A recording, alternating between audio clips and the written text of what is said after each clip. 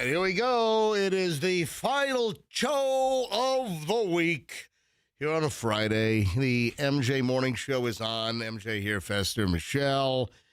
Hey, should I start the show, Michelle, with the gift for Fester, which we bought, but then we forgot all week, and then we just realized it because we saw it sitting at the house. I bought this thing and neglected to bring it in on Monday because that was the plan, or Tuesday. We were debating whether we should give it to him on Monday because it was President's Day, and, of course, we were here, and listening audience was down, although we did crash the phone system during our holiday show where, we were the only ones in the building. I don't know if any other radio shows in the market did a live show on Monday. We were here. We're not lazy. So, Michelle, should we give it to him right now, or should we just wait until a little later in the show and kind of, build up the fanfare? Well, you know how I am. I can't wait to give gifts. Yeah. Like when I see something, that's kind of how you and I function. When you see something, say something? Yeah, when I see something, I give something. Yeah. Yeah. Like I can never wait. Like when I see something for you and I think, oh, that's a great Christmas gift or Valentine's Day gift, I'm like, I just get it and then I give it to him now. Yeah. I just want you to be happy now. So give it to him now, or should we wait and just say, hey, we've got a gift for Fester? Give it to him now. I can't wait. Wow. I might override you. I mean, I know you will. I might overrule you. As excited as you are. Yeah. I mean, we can wait a little bit. I mean, is it life and death? I mean, no, of course not. Yes. I mean, it's not like it's It's not going to spoil. It's not like it's. Well, it's been sitting here since Monday, so of course it's not going to spoil. Well, no, it hasn't been sitting here. I mean, wherever. It's been sitting at the It's been house. sitting at the house. It's been in the foyer or the foyer. I'm a foyer guy. Who found the gift? Oh, Michelle found the gift. Oh, okay. Yeah. Okay. Michelle, I was there against my will. Yeah. I was there against my will, but Michelle found. Do you know what we're talking about?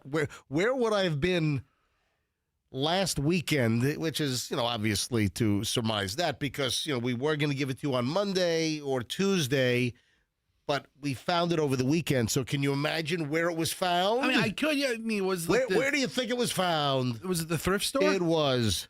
That's the problem with shopping at the thrift store because there's so much stuff. It's such a hodgepodge of bric-a-brac.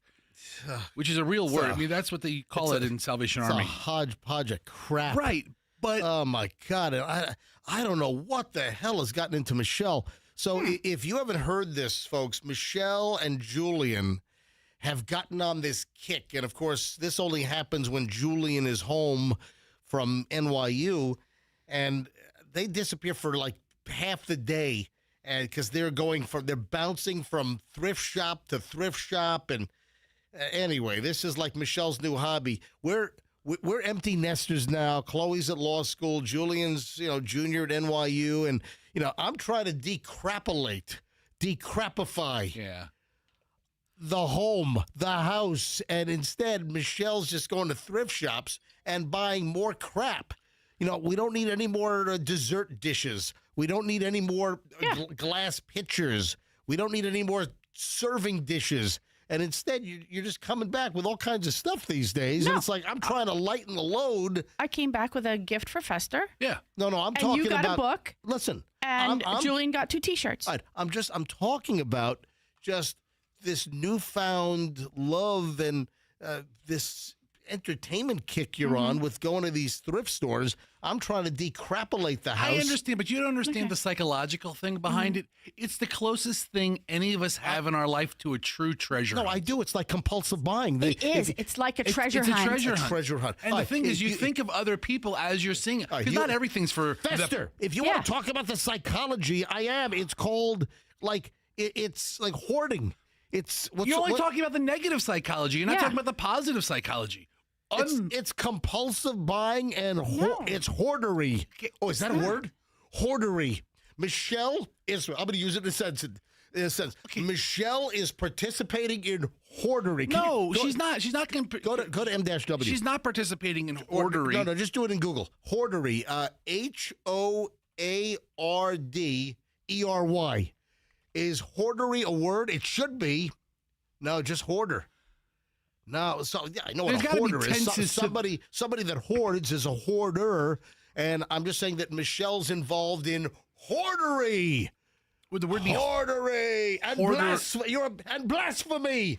Hoardery and blasphemy, because while she's hoarding, she's being blasphemous. You done? Yeah, why? Am I? Because she isn't hoardery. Yeah. I mean, are you walking through like little habit trails in your house because there's so much stuff? Like, have you ever seen those hoarders where they have to like move pizza boxes from like 2016? That's a hoarder. Or like 911 is called, and they have to push away like 6-foot stacks of twine-tied newspapers. If the Lifetime channel went to your home, would they look around and say, "Okay, we need to make a reality show about this place"? Listen, Not at all. Yeah, see, that's not hoarderish. Let me tell you right now, our house is cluttered. We've got clutter. We're not dirty. There's a big difference between dirty and cluttered. Yeah. Listen, we're not like an episode of Hoarders. No. But you're saying she's hoardery. It's nothing like so. She comes back. Meanwhile, Fester, when we moved to New York, can I just tell you that I'm the one who cleaned out the entire house myself. And so I was the one who just packed boxes and boxes and bags of stuff out of the house without any of them knowing what was going. And I mean, a lot of stuff, right? Because as the kids were growing, they were aging out of things. And as he wasn't around, I was like, oh, I can finally get rid of this. And I can finally get rid of this. And I can finally get rid of this. And that house was empty and clean when we moved back. Can you do that again? Because we're a little. Yes, move out. Oh, what? Move out? Me? Move out? Yeah, because then I can do, like, when you're gone. See, that's the thing. When you went away for like 2 weeks and you did your scuba trip, oh man, I just cleaned out so much stuff you don't even know it. When can I take a scuba trip? Can I take a scuba trip in April or May? You can take a scuba tip and a scuba trip. Yeah, you can take a scuba trip at 6:25 this morning if you want. Thank you, Fester. Let's go.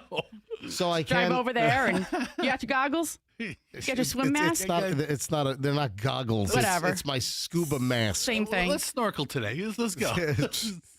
So, all right. So we have all this because we have a gift for Fester from the thrift store. Yeah. Which it was very important to find out who picked it. And you know what else? Well, Michelle found it. Right. Michelle found it, and then Michelle's like, maybe we. Did you suggest we get it for Fester?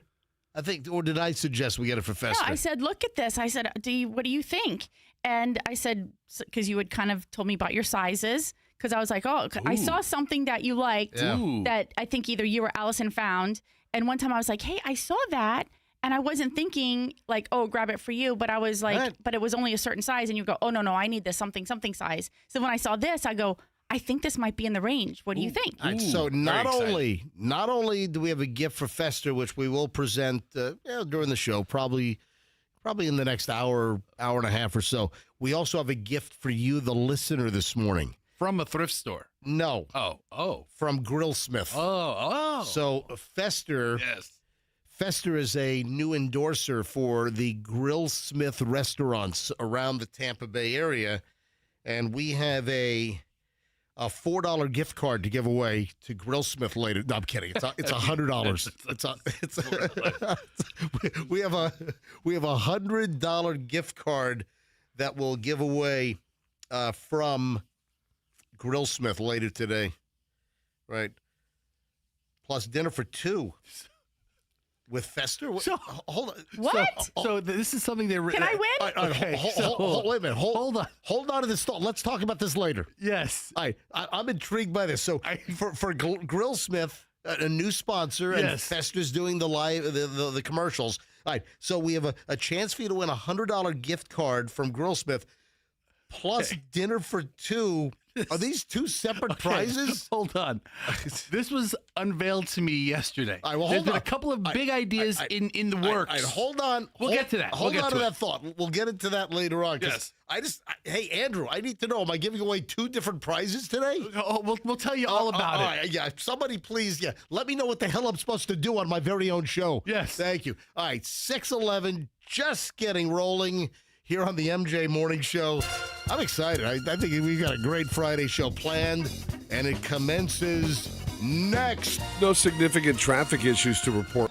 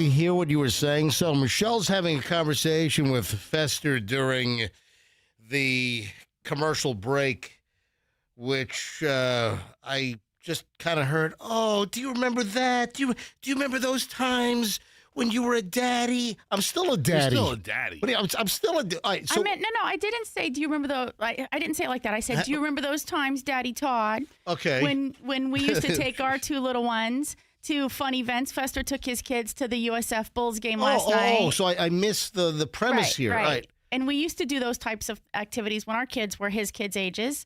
And it was so much fun, right, to go somewhere as a family. And it was like Hadley's first time in this big, college type of environment. Right. And you're trying to have a good time, but also trying to communicate some other, lessons and messages. But, it's fun, like when they're young like that and they're having that experience. So, Fester, you took the kids to the USF Bulls basketball game last night at the Yuengling Arena. And the Bulls, they beat Memphis, right? Yes, they beat Memphis. And was Memphis picked to win? No. But Memphis is a big team. They're a big team. They that do was well in college. That was a big win. It was Big win for USF, and puts them closer to maybe a slot in March Madness, right? I think they have a tournament coming up in a couple of weeks. They have to win the tournament. Okay, all right. But if you've never been to a USF basketball game, we had a great time. So not a good time. A great time. You took both Hadley and Hudson? Yes, and the old lady. And Allison. Oh, Allison. Yeah. Oh, you had a 4-pack of tickets. I know you didn't buy those tickets. No, so who copied you the tickets? Judy Genshaft. Oh, Actually, there's a new president of USF, and he was at the game, and they acknowledged him during one of the intermissions, and it was a great environment and a great time. Did you take your shirt and pants off and run across the court last night? You know what? Just my pants. just my pants. And and they're like, "What's that?" So you took your kids out on a school night. Did they have all their homework done? No.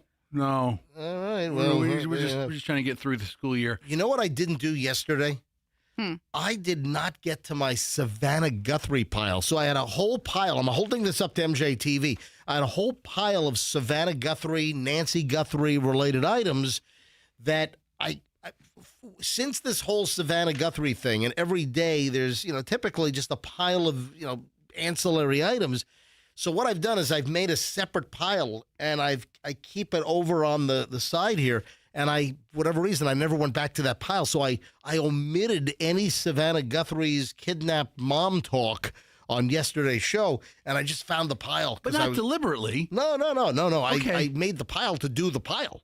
We never got to the pile. Do you feel that there is Savannah Guthrie missing mother fatigue in the news cycle? Yeah, because I'll tell you right now, yesterday I had an item that the reward amount for Savannah Guthrie's mom and information leading to her return or the capture of the captors, kidnappers, or whatever.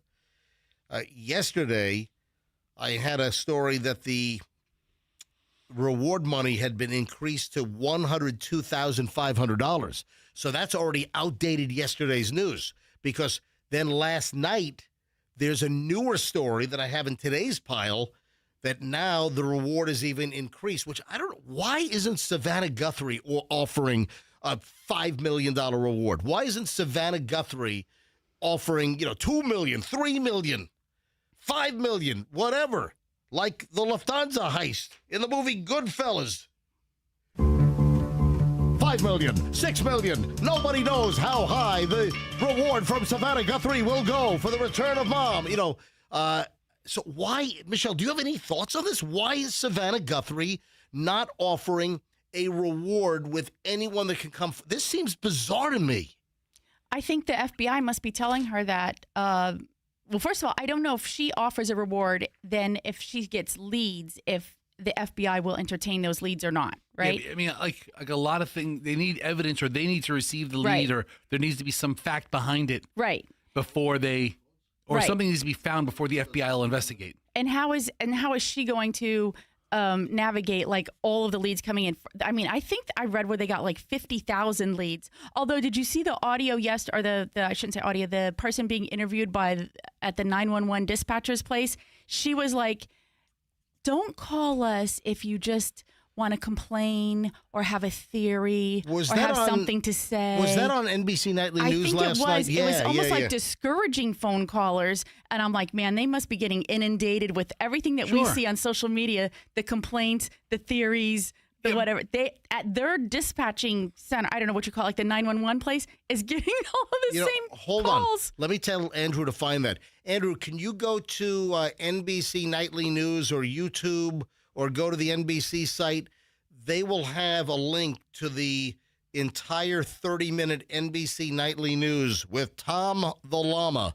They will have that. And then go to the story on the Nancy Guthrie. They interview a 911 operator out of Pima County.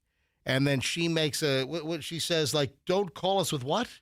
Like your theories or your complaints. Those aren't genuine emergencies. Right. Yeah, pull that audio. Let's play that later on. Only call if you have like a real tip that you think might lead to something. And I'm like, but people who have a theory actually think that their theory might lead to something. Now, if your theory is, I think the guy was, wherever it has a beard. I think it's Bigfoot. Yeah.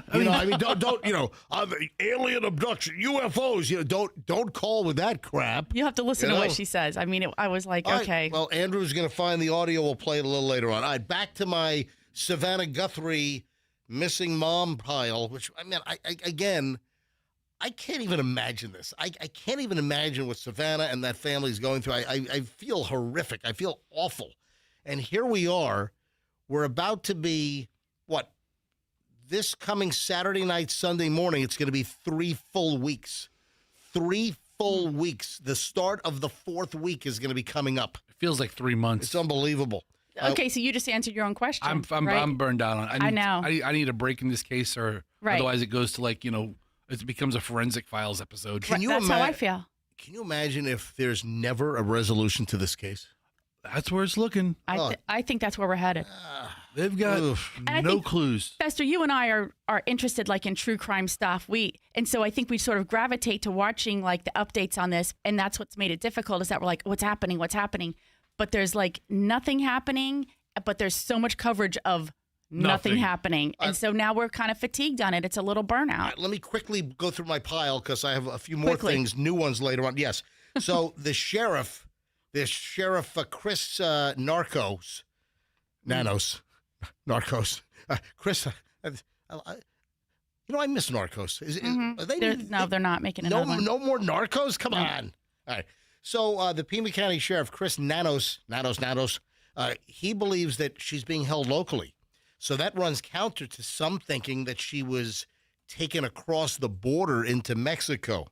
Then also from yesterday's pile, I didn't get to, DNA found in Nancy Guthrie's home could belong to the suspect. So apparently there's like male and female DNA that's commingled that they found in the house. So now they have to try to separate the DNA. That's what he was trying to explain the other day in his brief interview with one of them. Did you say explain? No, I said explain. Oh, I thought I heard explain. Go ahead. He was trying to explain that they had to separate the DNA or the samples, whatever they found, in order for them to even be able to send it into any of the systems. And it has to be analyzed by a company first and have like some certification that it matches the requirements within the CODIS or the different DNA platforms that are available. But they did say that new biological evidence was found inside the house. And then finally here, from yesterday's old pile that I never got to of the Nancy Guthrie stuff, TMZ claimed that it received another ransom note from Nancy Guthrie's supposed kidnappers. The new note is sophisticated and puts the media in the middle. The outlet said in a social media post, teasing a TMZ live event, blah, blah, blah. It comes hours after TMZ founder Harvey Levin said the outlet would no longer publicly say if it receives alleged ransom notes. So wait a minute.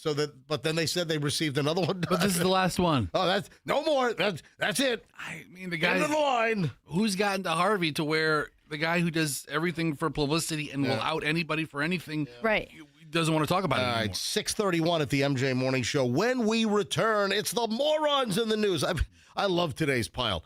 amazing morons in the news next here on the MJ Morning Show, Q105, 104.7 FM. I got a couple of very important things for your home. First of all, WeatherTight Mike and WeatherTight Windows is standing by right now. If you need replacement windows or doors for your house, this is a good time. This is a good time. We're before like the summer season, the rainy season, and the hurricane season rush.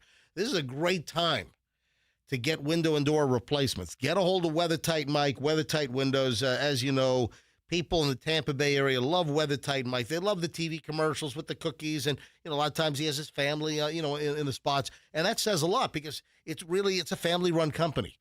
And, you've got neighbors. It's not like some move-in, some private equity-owned big conglomerate company trying to, do window. No, WeatherTight Mike, local company. You get great PGT custom windows and doors, Florida-made, just south of the Bay Area here, down in North Venice. And then you get the best installation. And WeatherTight Mike guarantees it. Right now, $200 rebate per door, $100 rebate per window. WeatherTight Mike, WeatherTight Windows. Don't forget the cookies and tell them that MJ sent you. Banco, the best garage door service and installation company in the Tampa Bay area, bar none, has an amazing offer right now. It'll go through the rest of this month, and it will absolutely positively terminate on March 14th. So it's the day before the Ides of March. Beware. The garage door promotion from Banco is going to end on March 14th. Beware of the day before the Ides of March. Yeah, so here's the deal. If you need a new garage door, or if you want to upgrade the curb appeal of your house, get a brand new premium Clopay garage door. Choose any premium series door, and there's modern to classic. Get one of these premium series insulated doors, and the window package is free. So the windows are free in the garage door, typically an upgrade. But you got to do this quickly. It's bancodoors.com. Get a hold of them. Go to the website. Call them up. Any garage door service, broken, spring, whatever, and tell them MJ sent you. It's bancodoors.com. Tell them that I sent you, folks. Traffic's on, and then the morons in the news next. Traffic still moving well around Tampa.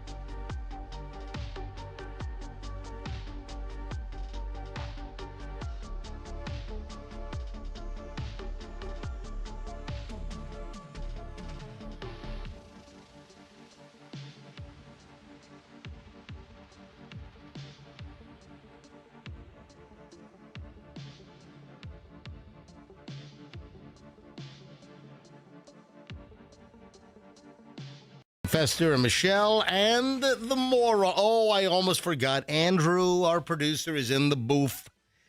All right, so morons in the news. You know those speed trailers?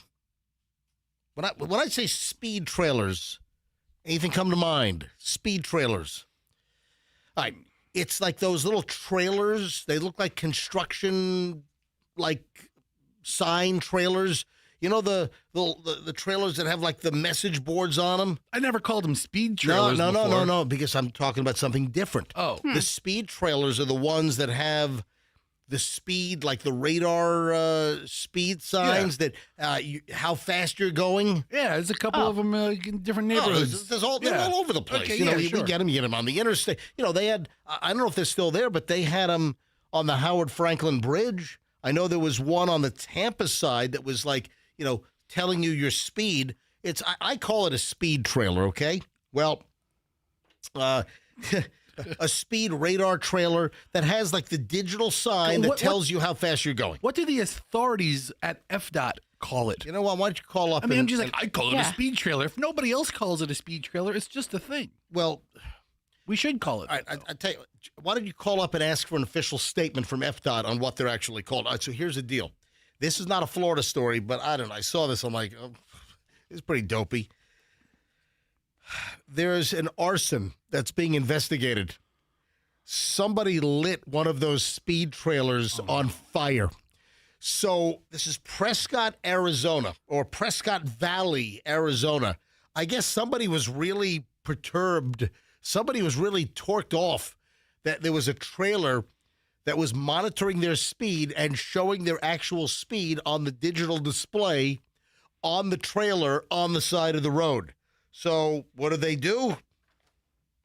Lit it up. Apparently they doused it in some kind of an accelerant and then flicked their Bic. I saw one the other day that I would like to light on fire. Stop. I mean, you don't. Haven't you been involved with enough arson allegations over the years? Allegations.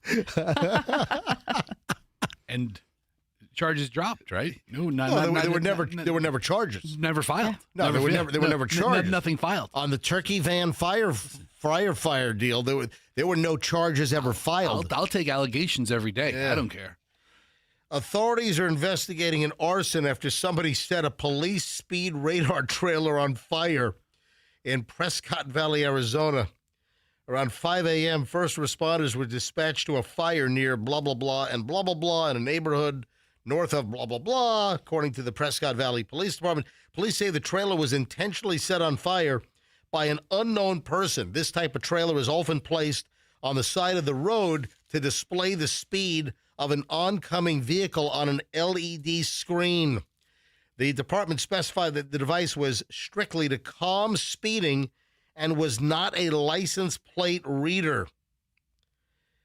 Anybody with information related to this arson investigation is asked to contact the Prescott Valley Police. They have a phone number, report number, blah, blah, blah. So another story says that some type of an accelerant was used. That's the only way. Yeah, so somebody took a gas can and I'm sure poured it all over the speed trailer with the LED digital display of your speed and just lit it up.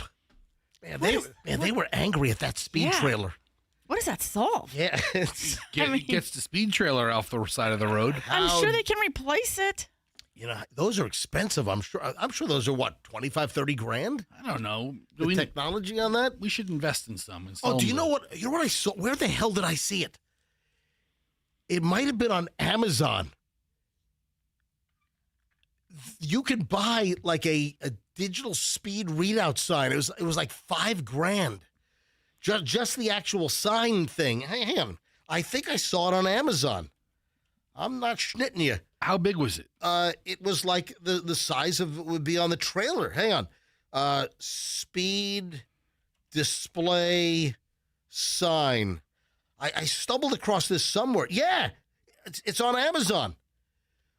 24 by 30 inch LED solar powered radar feedback sign, aluminum digital reader, $2,399.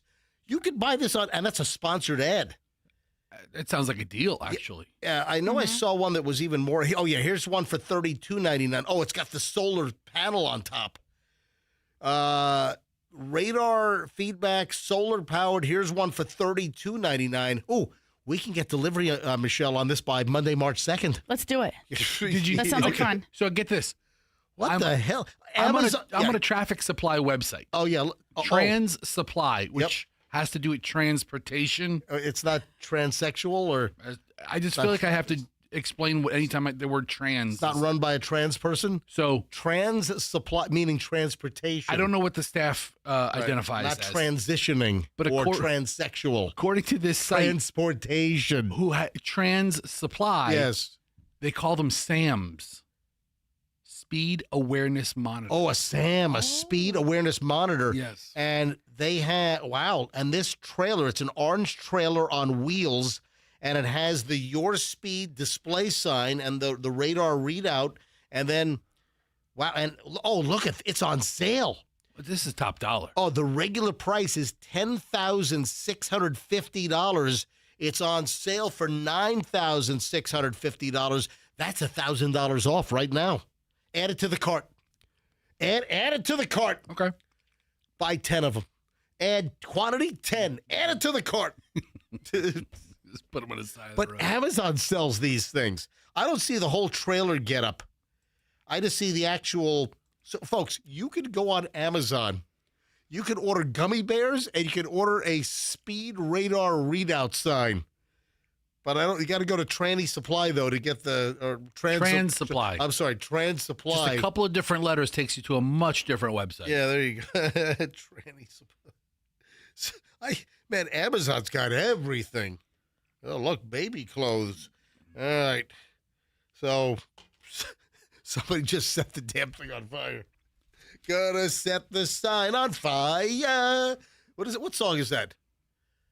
Gonna carry you home tonight. Oh, stop. We are young. Gonna set the speed sign on fire. You know that song, yeah, right? I think it's it's named "We Are Young." We Are Young by the band is Fun, right? Fun. Fun is the band. Yeah, I think Fun is the band. Yes. We are young, gonna set the world on fire. All right, moving along. Man claims he's injured for work insurance and then a private investigator catches him snowboarding. You got to be careful if you're doing a workman's comp complaint. Man, come on. We've seen these videos so many times over the years. You know, somebody claims they got injured, there's a car wreck or something. Oh, my God, I was injured in a car wreck. And then the other side hires a PI, and then they catch them carrying like 3 sheets of plywood over their head out from Lowe's or Home Depot or something, you know? Yeah. They're out there, man. Oh, yeah. Yeah, if you're making a claim, if you're claiming you're injured, whether it's work-related or you're in a car wreck, you got to assume that if the other side is suspicious. Listen, there are many insurance cases and filings and accidents where there's really not a dispute that the person is injured. But if they have any kind of an inkling that you're trying to pull the wool over their eyes, that you're just a big old scam shammer, yeah, they will hire a PI to try to capture you. I remember there was a funny one that a guy had claimed that he was injured, and there was a big lawsuit, personal injury lawsuit, and then the other side hired a PI, and they caught the guy carrying a massive, like, TV out of Best Buy for, like, the Super Bowl. And that'll blow holes in your case. That'll torpedo your case pretty damn quickly. You know, when the other side says, hey, we got video of your client video of your client up on their roof doing roof repairs, you know? No, seriously, this stuff happens. Andrew, where's the audio of this? So, listen, if you've ever tried to get an insurance claim legitimately paid out, listen, you need documentation. You have all kinds of, appeals. And then if you're going through, a lawsuit process, again, just be on alert. And there's a viral video. A private investigator took video of himself on a job at a ski resort, and he was sent to surveil a man that was claiming that he had a workplace injury. Yeah, but then the private investigator got the guy snowboarding.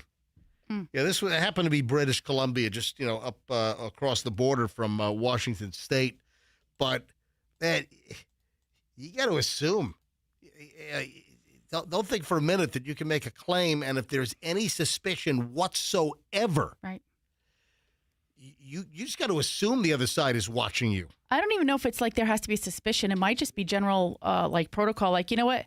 Go follow him for a week or for 2 weeks. It might just be something that they do as a routine. Yep. You're not going to believe this guy. Look what I caught him doing. Right. So, they follow him or get him. They take pictures of the person for the first week, and they're behaving in a normal injured way. Here, listen. Then they don't do anything else. Here's audio of the PI capturing the guy snowboarding when he apparently had a work injury claim. Hey guys, I'm a private investigator working an insurance file at Seymour Mountain, and the guy is claiming an injury, and he's here snowboarding. So, and there he goes, completely lying about his injury.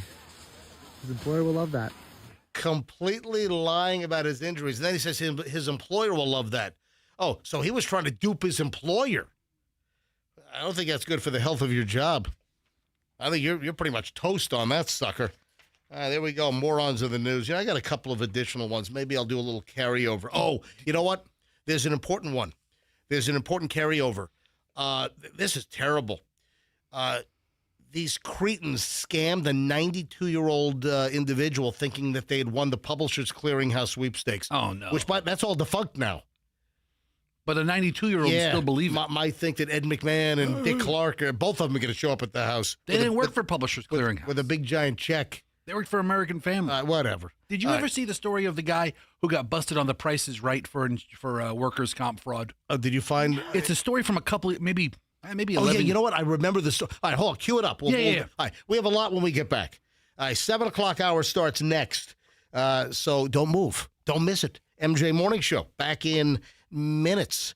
How would you like to get your house in great shape? How'd you like to get the house cleaned?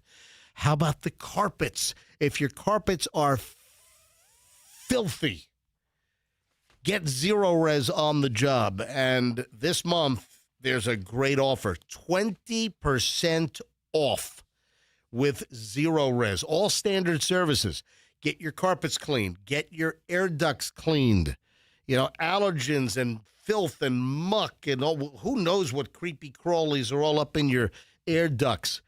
Professional air duct cleaning with zero res, not just great carpet cleaning. So you know that they use the ZR water process on the carpets. They use an electrolyzed patented process. They don't leave the soaps, chemical shampoos like the other companies. That's why zero res is called zero res. It means zero residue. Your carpets get cleaner, they stay cleaner longer. And right now, all services, standard services, 20% off. This is the time to do it. Get your carpets clean now. Get your upholstery clean now. 20% off. Go to ZeroResTampaBay.com, ZeroResTampaBay.com, and tell them that MJ sent you. International Diamond Center wants you to know, and I want you to know, that buying a diamond, especially these days, can be a real pain in the... It can be a challenge if you're not careful. Guess who takes the pain in the butt out of the process? IDC. And also, you could be grossly overcharged. You could be ripped off, sold an inferior stone. That's not going to happen at IDC. That's why I tell everyone to skip the corporate chain stores, the online retailers, the mall stores, and go straight to International Diamond Center. IDC is local. It's a family-owned business. Florida people who stand behind what they sell with a 4-decade stellar record. That's IDC. Great reputation. IDC experts guarantee to get you the best diamond, highest quality, fully certified at the best guaranteed price. No tricks, no inflated pricing, no cloudy, crappy diamonds. Florida's direct diamond importer is IDC. Tampa, Clearwater, Lakeland, and Sarasota, International Diamond Center. Tell them that MJ sent you. There is great news for you, the interested Genesis buyer. GenesisofTampa.com is open. Tell you what, the fan base has exploded. People that buy or lease a Genesis, they do it again because they love the car. And when you see Genesis vehicles on the road, man, you say, man, that's a good-looking car. You know, I saw a GV70 on the way home yesterday, and I pointed it out to Michelle on the bridge. It was a white Genesis GV70, the SUV. I'm like, see, that's a good-looking car. That's a good-looking design car over there. You know, the technology, the way it drives, the safety factor. If you're considering a Genesis, folks, make a Genesis of Tampa. So Hillsborough County now is a Genesis dealer. Up until last August, there was no Genesis dealer in Hillsborough County. Now you got one. Tampa, right at 275 and Bears. GenesisofTampa.com. Tell them MJ sent you. Traffic's on 657 MJ Morning Show. Back in just a minute. In Hillsborough, the FHP reporting.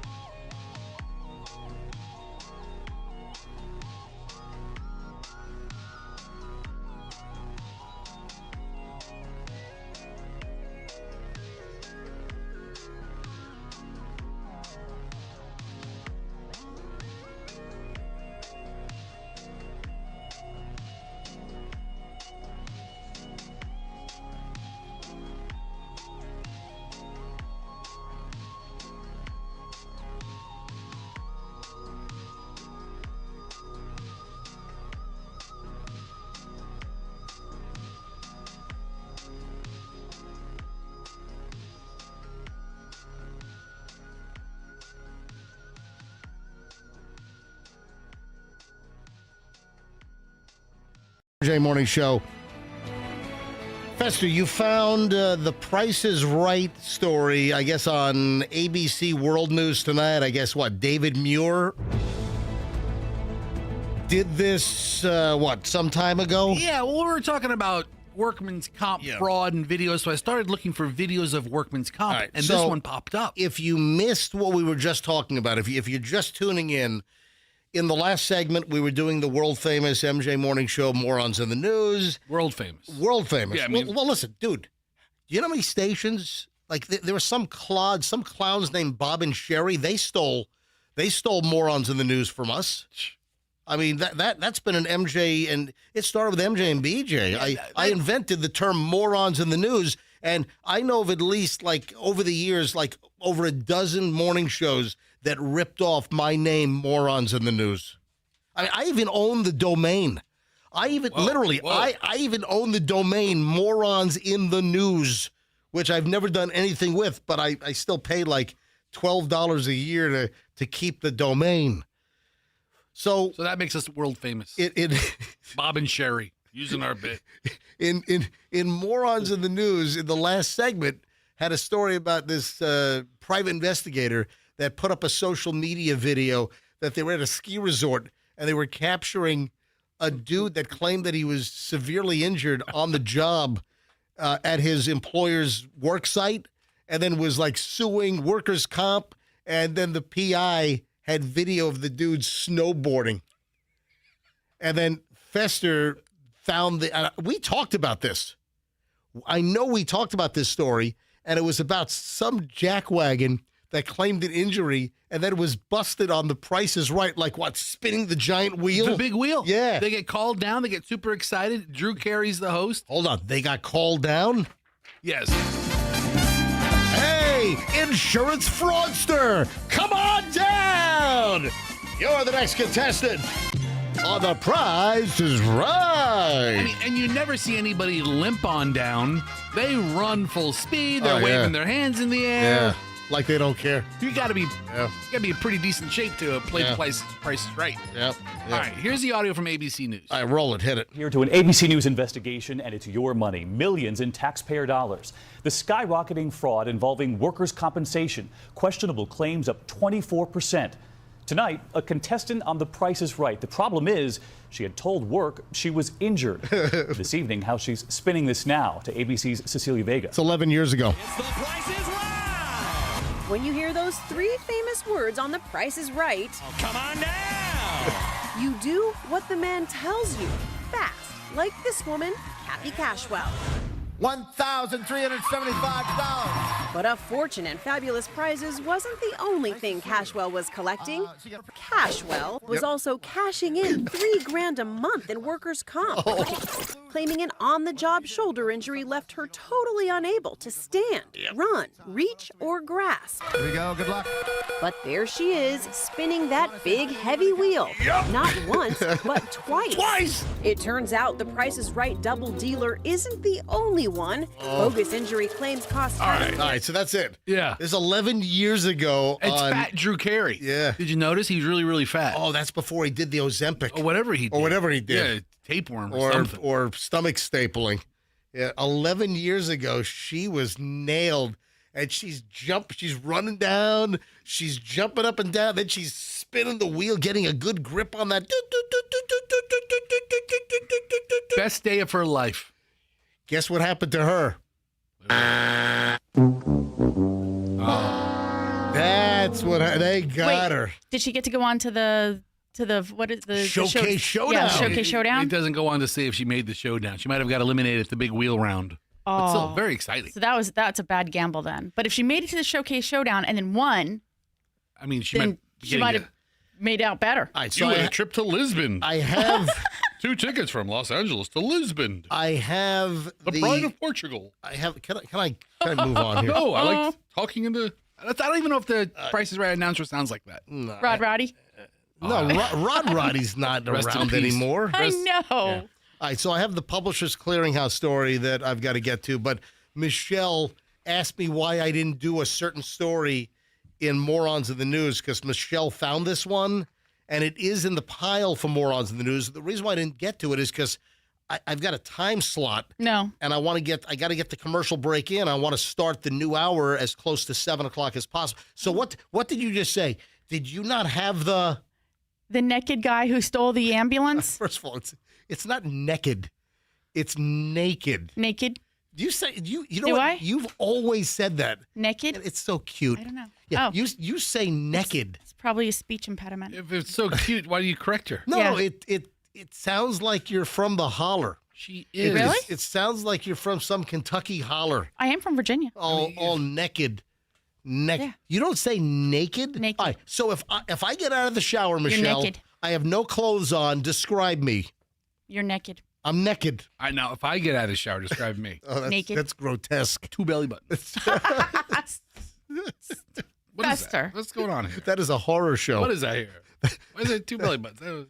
What's going on with all That this? is a vision impairing event. All right. So he stole an ambulance? Yeah, where was this? Wisconsin Rapids, Wisconsin. I never heard of that place. Guy led authorities on an 18-mile pursuit through central Wisconsin. He stole an ambulance with a patient inside. Oh, no. I mean, can you imagine being that patient? Yeah. Did he steal from the hospital? Around 5:35 p.m., February 17th, officers with the Wisconsin Rapids Police Department initiated a pursuit with a stolen Wisconsin Rapids Fire Department ambulance. The incident began while the fire department personnel were treating a patient at a residence. Oh. A victim was secured to the gurney in the back of the ambulance alongside 2 paramedics. An unidentified person got into the driver's seat and took off with the ambulance. One paramedic reportedly tried to engage the suspect while the second paramedic tried to prevent the vehicle from being moved. Both paramedics were forced to exit once the situation got dangerous. So both paramedics left the vehicle. The maniac steals the ambulance with the patient on the gurney in the back. There's nothing you can do about that. Oh, my God. All strapped in. At least he was safe, fish. Yes. The suspect, later identified as Benjamin L. Feltz, then fled the scene with the patient still in the ambulance after a few unsuccessful tire deflation devices. Early on in the pursuit, they put out the stop strips, the spike strips. Unsuccessful Deflation devices. One was successful 18.2 miles later. What the hell? 40 minutes after the pursuit began. Wow. What is the dude thinking, what is the person thinking in the back of the ambulance strapped to a gurney? And what was their medical event? If there was an ambulance there to take him to the hospital, I mean, whoa. I mean, if you're having a heart attack. Oh, that's bad. And then you go on a 18.5-mile speed joyride. That's bad with some crazed naked guy. Did he flip the ambulance at the end? He loses the tire. All right, so the front passenger side tire was deflated. He then drove the ambulance into a muddy field where it got stuck. Man, this story's got everything. Officers noted that while Feltz was allegedly refusing multiple commands to get out of the ambulance, authorities then deployed a drone to observe the situation from a distance, especially with the urgent concern for the patient in the back of the ambulance. After a coordinated effort by law enforcement, Feltz was taken into custody. Both Feltz and the patient were uninjured. They were taken to a local hospital for treatment, and he was charged with lewd and lascivious behavior, as well as all of the other. I've got the whole list of charges. Lewd and lascivious because the person was naked, was buck-ass naked, stealing the ambulance. The high temperature in Wisconsin Rapids today is 30. Yeah, I'd like to know how high this naked guy was. What the hell was he on?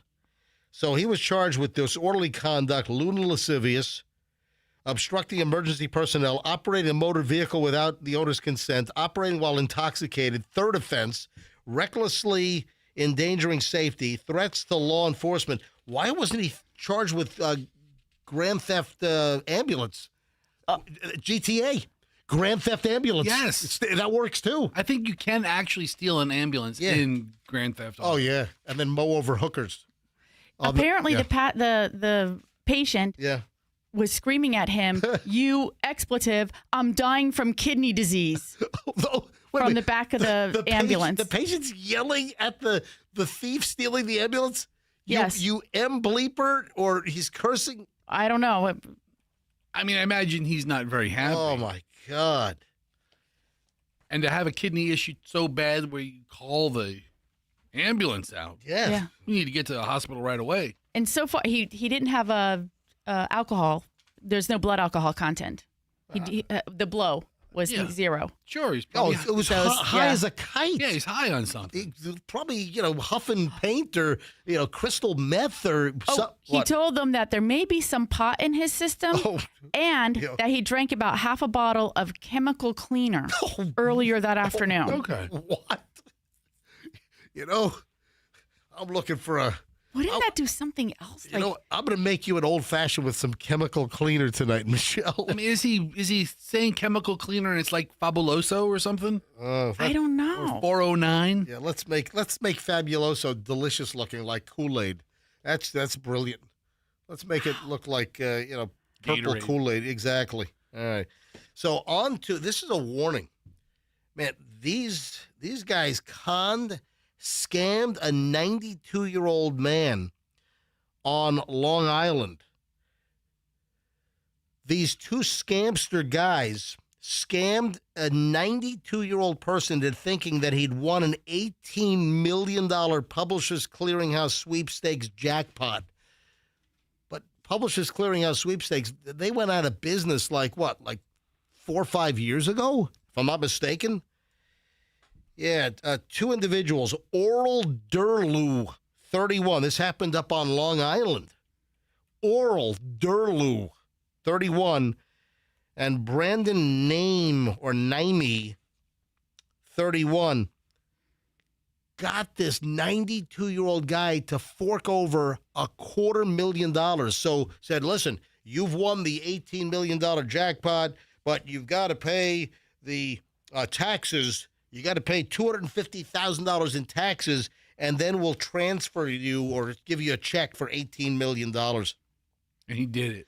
And the guy did it. Oh, my God. So the whole scam started back in December, a couple of months ago, when the elderly man who has not been identified got a phone call from someone claiming to be a representative from the Publishers Clearinghouse sweepstakes.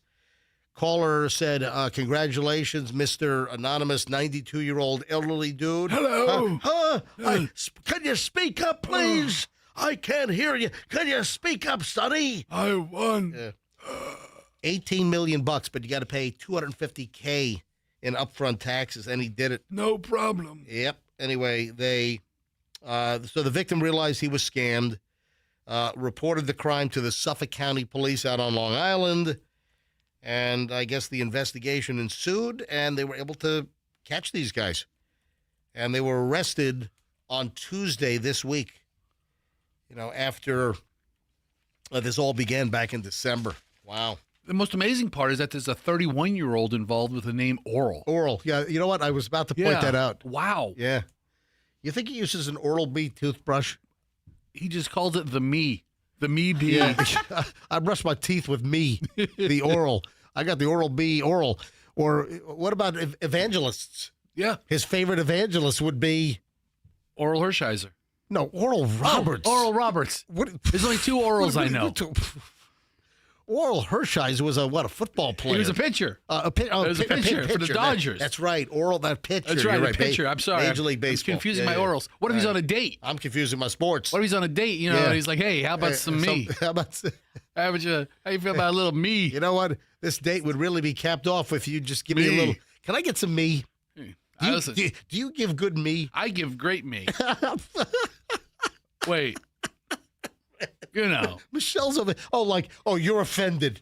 Michelle's offended. You who took who you were simulating what you did with a breadstick. I'm a me reciprocator. I'm sorry. No. Fester, stop. You guys. No, I'm laughing. Hey, I wonder if our kids, and I'm sure I can ask you, the MJ Morning Show audience, but I wonder if our kids, Michelle, have ever heard of this energy drink. So an A-lister, and I'll tell you the name in a second. This is a Hollywood A-lister and a guy with a really good reputation. He might owe you $150 due to his energy drink. Now, I am not an energy drinker. I do not. I've never had a Monster. I've never had a Rockstar. I took a sip of a Red Bull, and it tasted like the old Lincoln antibiotic that I took when I was like 6 years old, which was taken off the market because it killed people, elderly people, I think. So, yeah, I'm not an energy drink consumer. Julian is not either. Chloe dabbled a bit up in college, right, in energy drink. And we had, remember, we kind of gave her the riot act. I was like, what are you doing? Chloe, stop with the energy drinks. Yes, was it Celsius and all? I'm like, stop it. Just not gonna. These energy drinks, I'm telling you, I'm not. And they're drinking. They're drinking. They're drinking. They drank. They're drunken. They're consumed so passively. Yes. You know, you'll have them like they're having a Mountain Dew or how many stories or a coffee. How many items? Right. We had one recently. How many items have we had over the last, I don't know, 5 years or so about doctors coming out and saying, like, the worst thing you can drink is an energy drink? Oh, I have the exact number. 364. Well, I don't think it's that many, but no, over the years. We've talked about this multiple times. It's Anyway, added up. So which A-lister might owe you $150 because of energy drink claims and a settlement?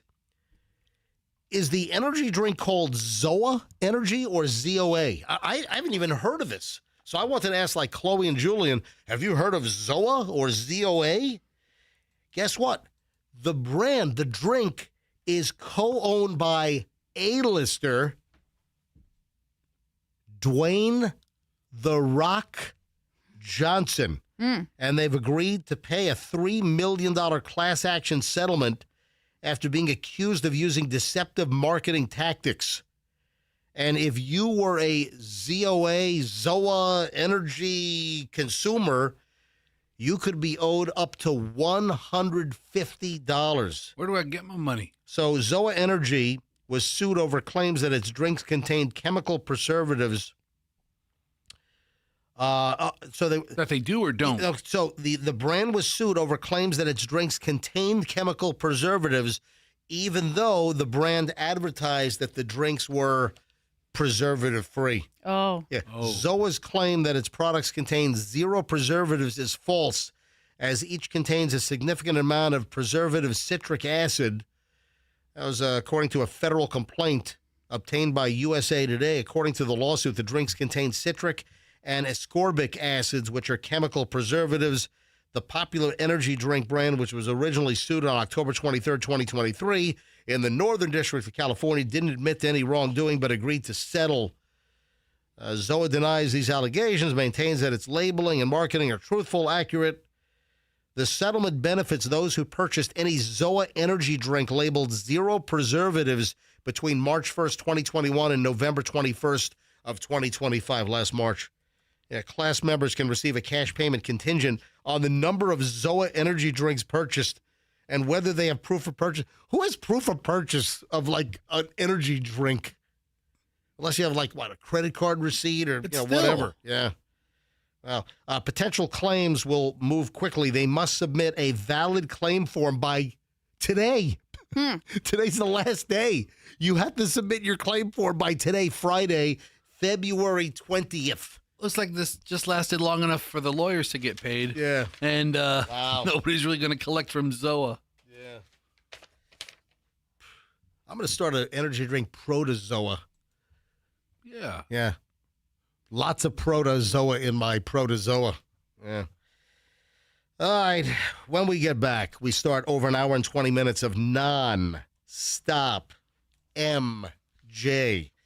Love it. No one does this. Over an hour and 20 minutes of nonstop MJ rolls next. This is pretty funny. Michelle sends me a story last night. Is this real? And then there was a video link. Michelle, I'm going to answer your question, and I've got audio. This is good stuff.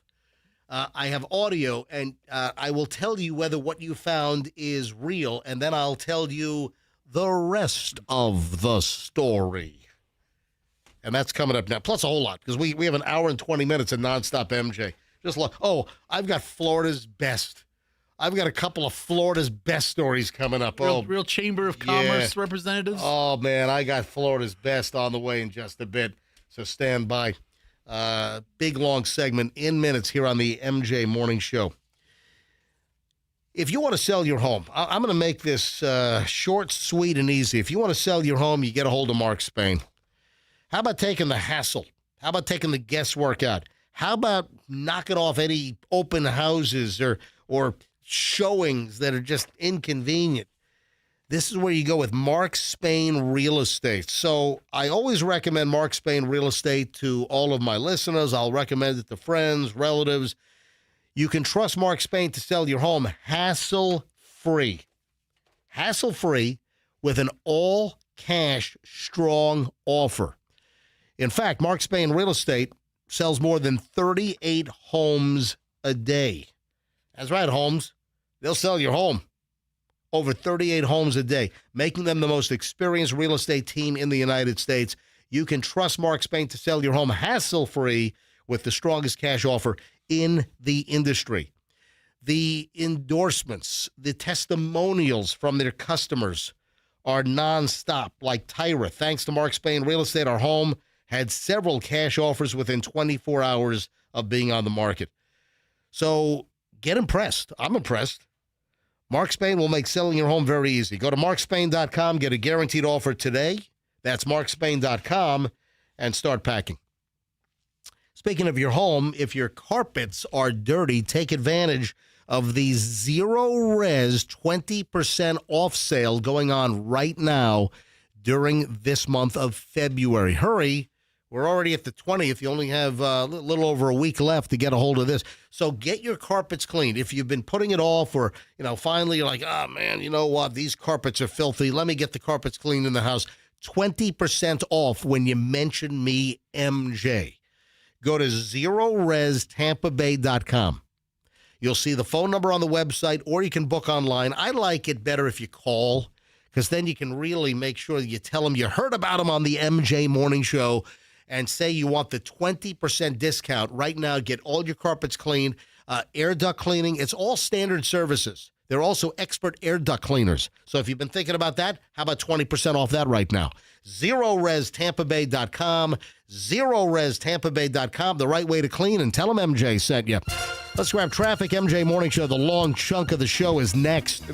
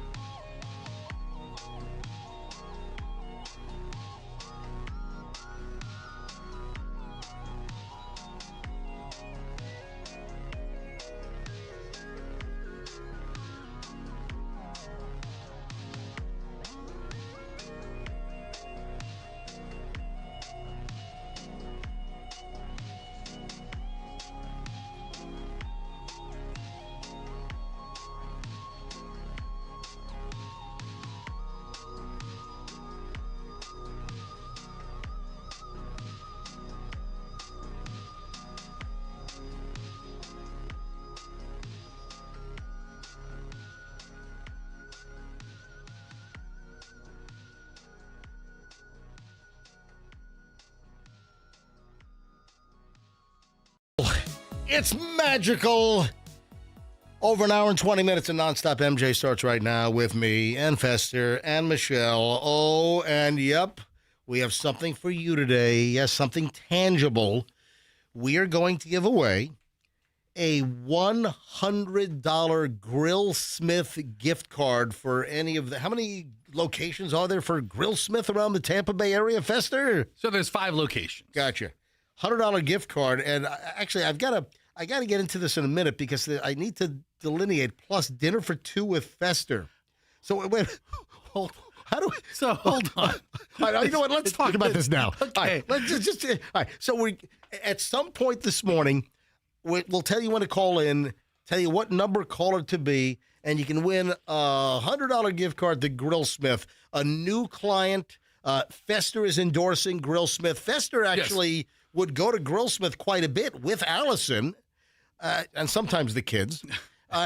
And it was perfect for Fester to endorse Grillsmith because he was a customer before he even got the endorsement. I live halfway between the Wesley Chapel and the Carrollwood location. Yeah. There's 5 Bay Area locations, Right. Countryside, Lakeland, and Sarasota. Right. In addition, and part of having a new sponsor, and a new client to the radio station, we try to think of things we can do to tie in different events. Let's do a giveaway.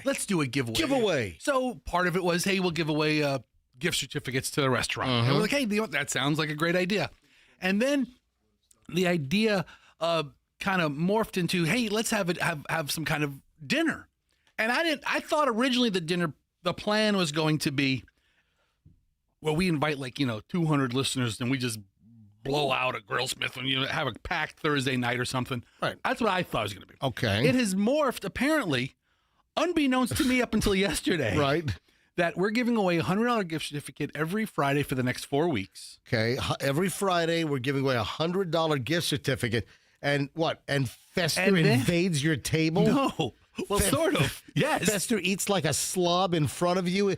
Fester, so gift certificate, Okay. Dinner for 2, and then Fester is like the thing that wouldn't leave. So I am of the belief that you get the $100 gift certificate if you're the winner. Right.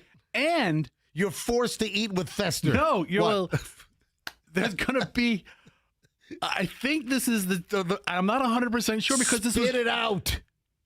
There's going to be all 4 winners plus 1 we're gonna have a table of 10 or 12. What? Oh, yeah, okay. so it's like a dinner with me. Oh, you're at the head of the table. Or the rear, depending on which way.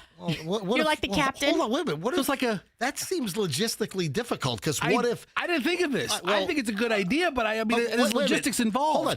Then you got to coordinate 4 weeks of winners that all have to be available the same time. That sounds like a hassle. Listen, there's logistical things that need to be done, which don't fall on me necessarily. However, it's like, hey, the dinner's going to be April 15th. I'm just picking a random day. And this is the day, and this is the thing. Can I modify this one? I'm not even 100% sure if that's the promotion.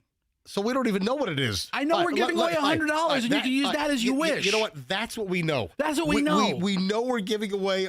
So this is not on Grillsmith. No. This is one of our goofy salespeople, probably. And they're trying to come up with something creative, and I guess I'm kind of informed about it, but not really. And I think that's what it is. Listen, I just think we're giving away a $100 gift card to Grillsmith later today. That's right. That's what we know for sure. That's for sure. Yes. For sure. Yeah, for sure. For sure. For sure. Absolutely. All right, 7:34 at the MJ Morning Show. So keep listening. Sometime this morning, I'll tell you when to call in, give you the phone number, tell you what number caller to be, and you'll win You know what? How about I just say right now, this is a no strings attached. You get a $100 gift card, you go whatever the hell you want to go. Go down there. Exactly. Get some of their made from scratch dishes. Check out the bar. Yeah. Get some steaks. Hey, by the way, if you're headed to school right now, or if you should be headed to school and you miss the bus, don't do what this kid did. 12-year-old kid grabbed his parents' car, drove himself to school, 12, because he missed the bus. Has the kid ever driven the car before? I don't think. I mean, North Carolina cops pulled over a car Wednesday, discovered a 12-year-old boy who was behind the wheel. Yeah, the kid decided to drive himself to school because he missed the bus. The wheels on the bus go round, round, round, just not without you. So now the wheels on mommy's minivan go round and round as the 12-year-old officers pulled over an SUV 8:30 in the morning after the driver showed suspicious behavior, discovered the vehicle was equipped with a fictitious license plate. What the hell? That sounds like it's on mom or dad. I mean, it really does. Where's the parents in all this? During the unusual traffic stop, the cops learned that the driver was 12 and told police he missed the bus and made the decision to drive himself to school. A resource officer assigned to the studious tween school was contacted, took him to the campus. Cops urged parents and guardians to secure their car keys. Oh, now we got to lock up your car keys, folks. Wow. But I want to know about the suspicious license plate. So the story says we don't immediately know why the license plate was fictitious and suspicious. Okay, because the parents are super sketchy. You know what? And you know what the parents are saying? And we would have gotten away with it if it wasn't for our meddling kid. The little 12-year-old brat can't wake up in time for the bus, and now we're in a jam. So to all the kids that might be listening, if you do miss the bus, do not rip off your parents' car and drive yourself. Because now this kid's opened up a whole can of worms with the suspicious, fictitious license plate. Oh, quickly, before we get into the Michelle deal, and Michelle sent me an item last night with is this real? And this is actually funny. We're going to have some fun with this in just a second, so hang on. Speaking of buses, this is a great place to put this. It's kind of just like a puzzle piece, just fit nicely. Yeah. You know? Like you're like cramming and jamming and bending up that cardboard puzzle piece, trying to put it in a spot that it doesn't fit. Now, this fits nicely. Update on the schmuck on wheels that drove his convertible Jaguar underneath the back of a school bus down in Lee County in Fort Myers. Incredible video. But you know what? Michelle found on some news site last night a different angle. So it looked like the car drove directly, completely under the bus. Because we were like, oh, my God, how was the guy's head not lopped off like a melon? Rolling down, US 41 or whatever down there. Because from another angle, the Jaguar, if there was a passenger in the car, the passenger would have been screwed. Oh, I see the footage now. You see it? Or a new picture. Mm-hmm. Yeah, well, we have a picture. So the picture we did have was from the right. So we had video from the right side of the bus. It was captured on video. It's really amazing. If you haven't seen it, you can just do actually, Andrew, you put this up on mjmorningshow.com, right? Yeah. So Andrew put the original video from yesterday on mjmorningshow.com. And if you go to the website, just scroll down and look for As Heard on the MJ Morning Show, and then the link is there. But from the right angle, it looks like the car just drove directly underneath the bus, like completely directly from the rear. Like at the last nanosecond, he looked up or she looked up and jerked the wheel. Well, we don't know. I don't know if that's the case, but it's the angle's deceptive, and there's a bit of an optical illusion. When you see the bus and the accident from the left side, the driver's, it was almost like split down the middle, just in the middle of the center console of your car, like there was a line from the center line to the right where the passenger would be. That's the part that drove under the bus. The driver's compartment, so the imaginary line down the center console or the stick shift or whatever to the left, that's where the driver was. And the driver was okay. I don't even know if they had a duck because they drove half of the right side of the car under the bus. So now you can see it when you see a different angle of the picture. But wait a minute, the story gets even better. The driver was then arrested on an unrelated charge. Oh. Yeah.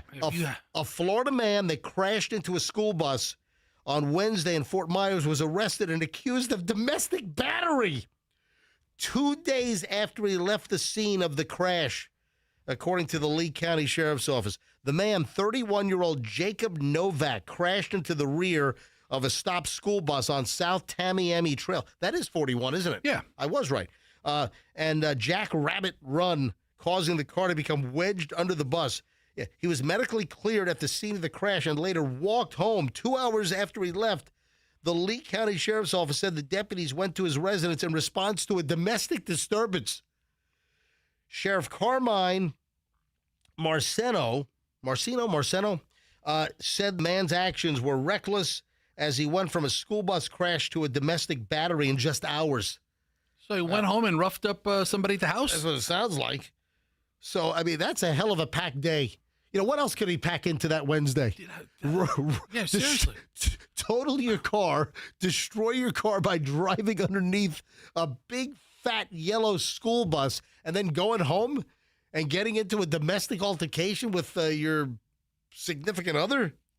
So was the significant other just reading him the riot act? I don't know. So just we don't laying into him?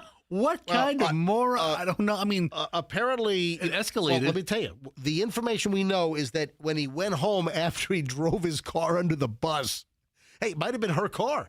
So he was arrested for pushing a woman. That's what we know. So after the bus crash, the dude goes home down in Fort Myers and then pushes a woman. She calls 911 apparently, and he was arrested for domestic battery. So you can't do that. Maybe it was, what did you do to my car? You wrecked my car. Maybe they got into a fight and he pushed her. And that's now a battery. Old Jacob Novak not driving around in his own convertible Jaguar. Yeah, I had a really dull Wednesday compared to this guy. Seriously. Michelle, we had a really dull. We're just living a dull life. Yeah. What did we do on Wednesday? I don't think we did anything. We didn't? What did we do on Wednesday? Oh, I'm sorry. we went to Council Oak and then Boy George at the Hard Rock. I think that sounds a lot better than running a car under a bus and then getting arrested for a DV. And then roughing up your wife or girlfriend? Yeah. What a dolt. All right, so Michelle, what time is it? All right, we have plenty of time here. So Michelle sends me a little email last night, and the headline or the subject line was, "Is this real?" And of course, you know, the headline can't talk, but as I read it, I hear Michelle's voice, because Michelle would have said, "Is this real?" So Michelle sends me, and I want to play the audio here. Michelle sends me a link. It was you found this on X, right? Yeah, I think it was on Twitter or X, yeah. So Michelle finds this thing on X, and she wants to know if it's real. So let me play the audio bite of what Michelle wanted to know is if it's real. So hang on a minute, I need the full report. Here we go. All right, so listen to this. The witness says he watched in disbelief Monday as the tree was cut down and landed right onto a parked vehicle, totaling it. We're told that car belongs to a Marshall student. You can imagine how upset she had to be when she came outside and saw her car looking like this. Here's a little of what that witness had to say. It sounded like a beer can getting flattened. It just was crunch. It was, I hate to say it, it was kind of cool. You know, I mean, what guy, doesn't like, destruction? Yeah, that's why we go to demolition derbies. But hey, bottom line, that's that poor girl's new car, and she can't get to school now. The city spokesperson says the city employees involved were being negligent and protocol was not followed. Yeah, exactly. He says the city is committed to resolving this. So Michelle wanted to know, is that guy real? She can't get to school now. Sounded like a beer can getting flattened. It just was crunch. It was, I hate to say it, it was kind of cool. I mean, what guy, doesn't like, destruction? Yeah, that's why we go to demolition derbies. But hey, bottom line, that's that poor girl's new car, and she can't get to school now. So, Michelle, was this real? Yes, Michelle, okay. It is real, but it's old. I remember this. This is from 2019. And this guy kind of joins the list of, Fester, you know where I'm going with this. He does. Like internet news interviewed stars. Yeah. Hey, I found a whole montage of the best. Good. Yeah. So, we're going to revisit this in a second. Yeah. So, Michelle, it was real. This happened up in West Virginia, Huntington, West Virginia. You know what? If you would have said guess, I would have guessed West Virginia. Would you have? I mean, with that heavy drawl. Right. Drawl. Yeah, there's an L in it. DRAWL, a drawl. It's not a Southern or Appalachian draw. It's a drawl. Drawl. But anyway, right. I would have pegged him for somewhere in the West Virginia, Hicknatucky area. Anyway, so, Michelle, it is real, but it was 2019. And just in a nutshell, a student that went to Marshall University, We Are Marshall. That's the school that had that awful plane crash, right? Where they lost like the whole football team back in the early 70s. That's the one. Marshall. We Are Marshall. Yeah. Okay. That was a good movie. I saw that movie. So this student it was like a Fiat 500, which just looks like a car you're going to die in. You know what I'm talking about? You know what? It's just not a lot to him. I'm sorry, Sharon. Shannon. Shannon. Remember Shannon Gibson? She had one of those. I was like, why do you have that thing? The Fiat 500 just looked like a car that just the chances of you dying in that car just seem accelerated. And then did it get like a really bad crash test? Anyway, so this I think it is. I think it sounds like a new car commercial. Looks like a car you might die in. Do they even sell? There's Fiat dealers. Hold on. Is Fiat still sold in the United States? I'll find one. I thought they went away and maybe they're coming back. FSC, you don't have to search for Fiat dealers. Anyway, so it was like a college student going to Marshall up in West Virginia. This is like August of 2019. And the city was cutting down a tree, like a dead tree. And they did not follow protocol. And the tree fell on her car and just smashed the whole rear end of this student's car. I mean, it's totaled. It is crunched.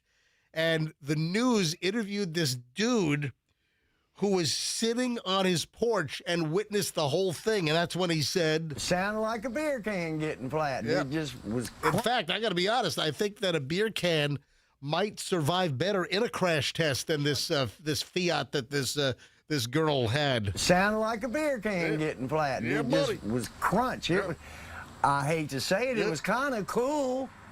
You know, I mean, what guy, doesn't like, destruction? Yeah, that's why we go to demolition derbies. But hey, bottom line, that's that poor girl's new car, and she can't get to school now. She can't get into school. So the dude's name is Billy Tatum, and he became he became an internet celebrity back in 2019 after that interview went viral. So as he should. Your question on your email, is this real? Yes, it is, but it's old and somebody's recycling it on Twitter or X yesterday. And that's the thing, especially on like Reddit or all these share sites. There's no date or accountability or even promise that it's something new or breaking. Oh, yeah. And then he did a follow-up interview. So this TV station, WSAZ, up in Huntington, West Virginia, after the dude and that whole interview went viral, they did a follow-up about it going viral. So then they interview him again, and then they get more good viral audio from this dude. All right, I'll play a little bit of this for you. Here, listen to this. All right, here we go. Well, you probably remember this man. This is an interview that we showed you last week about this man in Huntington witnessing a tree being cut down and crushing a Marshall student's car. Well, his interview has now gone viral. Yeah, Billy Tatum admitted watching that scene was kind of cool, and his clip has been shared and seen all over the country. So they interview him again, and then we got new pieces of audio, like... It flattened it like a pancake from back seat to the tail. And I said, whoops. Whoops. Whoops. We could use that whoops. Oh, we've got that. That's going to be added to the generic response audio bites. Whoops. Yep, we got it. Whoops. Whoops. Whoops. Whoops. So there we go. Oh, and then this reminded me of all the other just classic viral videos, and I found a compilation, which is just fantastic. And, folks, this is worth listening to and reminiscing. Like a little trip down memory lane with some of these news interview celebrities. All right, Like? And then I thought somebody was barbecuing. I said, oh, Lord Jesus, it's a fire. Then I ran out. I didn't grab no shoes or nothing, Jesus. I ran for my life. And then the smoke got me. I got bronchitis. Ain't nobody got time for that. Come and confess that you did it. We're looking for you. We gonna find you. I'm letting you know Remember this that. guy? So you can run and tell that, homeboy. Until the day. What was the reaction on the girls' faces? I can't imagine to see the sunlight, to be around people. I knew something was wrong when a little pretty white girl ran into a black man's arms. Something is wrong here. So that was the kidnapping in like Cleveland or something. Yeah, there was the wacko in Cleveland that was holding, wasn't it like multiple girls in a house, like the Silence of the Lambs or something? In the basement for years. Right. And one of them breaks out and calls the neighbor over. And then this dude, this black dude, is talking about he knew something was wrong when this white girl, and he's like talking about something's wrong when a white girl runs into the arms of a black guy. What is he saying? Anyway, another viral video. Dead giveaway. Dead giveaway. Charles, thank you very much. Dead giveaway. Thank you very much. Your first and last name, please. What you want me to start off? Say and spell your first and last name, please. What? Say and spell your first and last name. This is a great one. Okay. They call me Can Man. Okay. All right. What's your real name? Ozell Gabriel. Okay. Will you spell your first real name? Huh? Spell your last name. You can't read? My name Ozell Gabriel. Okay. Well, I need to know how to spell it. And she said, hey, something wrong, it's popping. I said, what? She said, yeah. I said, no. So the girl come downstairs, she come out her apartment with her baby with no shoes on. I said, oh, girl, it's cold outside. She said, something ain't right. I said, oh, man. She said, oh, man, the building is on fire. I said, no, what? I got my 3 kids and we bounced out. We ain't gonna be in no fire, not today. Wait a minute. Something ain't right. Because then I start to taste them. I say, and then I start to smell them. So it's like a smell like tastes like. So I knew something was wrong. I knew something. So this guy on the news is going. So those are some of the viral videos during the 2010s. Yeah. So and the point is, those were real. It's not like the AI slop that is permeating the internet now. I saw it described that a lot of those videos built the internet, kind of built social media or the viral clip. That's it. The whole viral deal. You're right. The whole viral deal was kind of built on those classic news interview sound clips. I instantly recalled every one of them. Oh, yeah. Fester was mouthing. Not today. If I still say that, I say that around the house. We're gonna go to Bo's Ice Cream. Not today. Your kids. Yeah. Not today. Daddy, can we go to Bo's, please? Not today. If you were watching MJ TV, Fester was mouthing, lip syncing every single word in those clips that we just played. Dead giveaway. Yeah. So dead giveaway. That's. Dead giveaway. I like the one about how they bounced out of the fire. And we bounced. Classic. All good stuff. Anyway, so Michelle, thank you for triggering that. Let me deal with some MJ Morning Show listener responses of the last 24 hours. All right. First of all, that lady is just dragging me. The lady that is pissed that I posted the picture of the sideshow outfit that the woman was wearing at the Spirit Airlines gate at Fort Lauderdale, Hollywood. Super Bowl Sunday morning, I was flying back to Tampa from Fort Lauderdale visiting my parents, and there's a lady that's just wearing an outfit that's like, oh my God. It's like a Fred Flintstone cheetah print outfit, and it looked like her stomach's hanging up, but it might be some like a what do you call the belly bag or like a what is that thing called? The muffin top? The fanny pack or something. I don't know. So and then she's got a clear backpack and anyway, I took a picture. I surreptitiously snuck a picture. And I've had it. I've been holding on to it. Like, should I post this? I mean, and finally, I was like, oh, my God, this is too good not to post. And most people are like, oh, man, that's hysterical. And, I'm pointing out and she's got a blue shower cap on or whatever the heck that thing's called. And she's just, I mean, I couldn't believe that somebody would show up at the airport, standing at the gate, ready to board this Spirit Airlines flight back to Tampa, dressed like this. So I finally posted the picture. Most people are like, oh my God, and, laughing out loud and emojis. And then there's this one lady, man, she is just ripping me. And it's like, I'll talk about it. She wrote the first post that she wrote, like criticizing me and ripping me apart. The first one I deleted because I thought her language was a little foul and terse. So I deleted it. And, that infuriated her. And then she goes on the attack. And so let me see if I can find let me go to the actual post. Folks, if you haven't seen this yet, if you have not seen the woman and how she's dressed at the airport, getting ready to get on the Spirit flight back to Tampa from Fort Lauderdale, go to my Instagram, Certified MJ Radio. That's Certified MJ Radio. Take a look at it. It's like the second item now. You can't miss it. And this woman, she's like tattoo something on Instagram. And I guess she's a tattoo artist or she's all tatted up or something. All right. I mean, I don't know. It's almost like the tattoo pigment is seeped into her brain. All right. And she's all pissed at me. This is what happens if you try to be pissed at MJ for something. No, tattoo pigment got into her brain.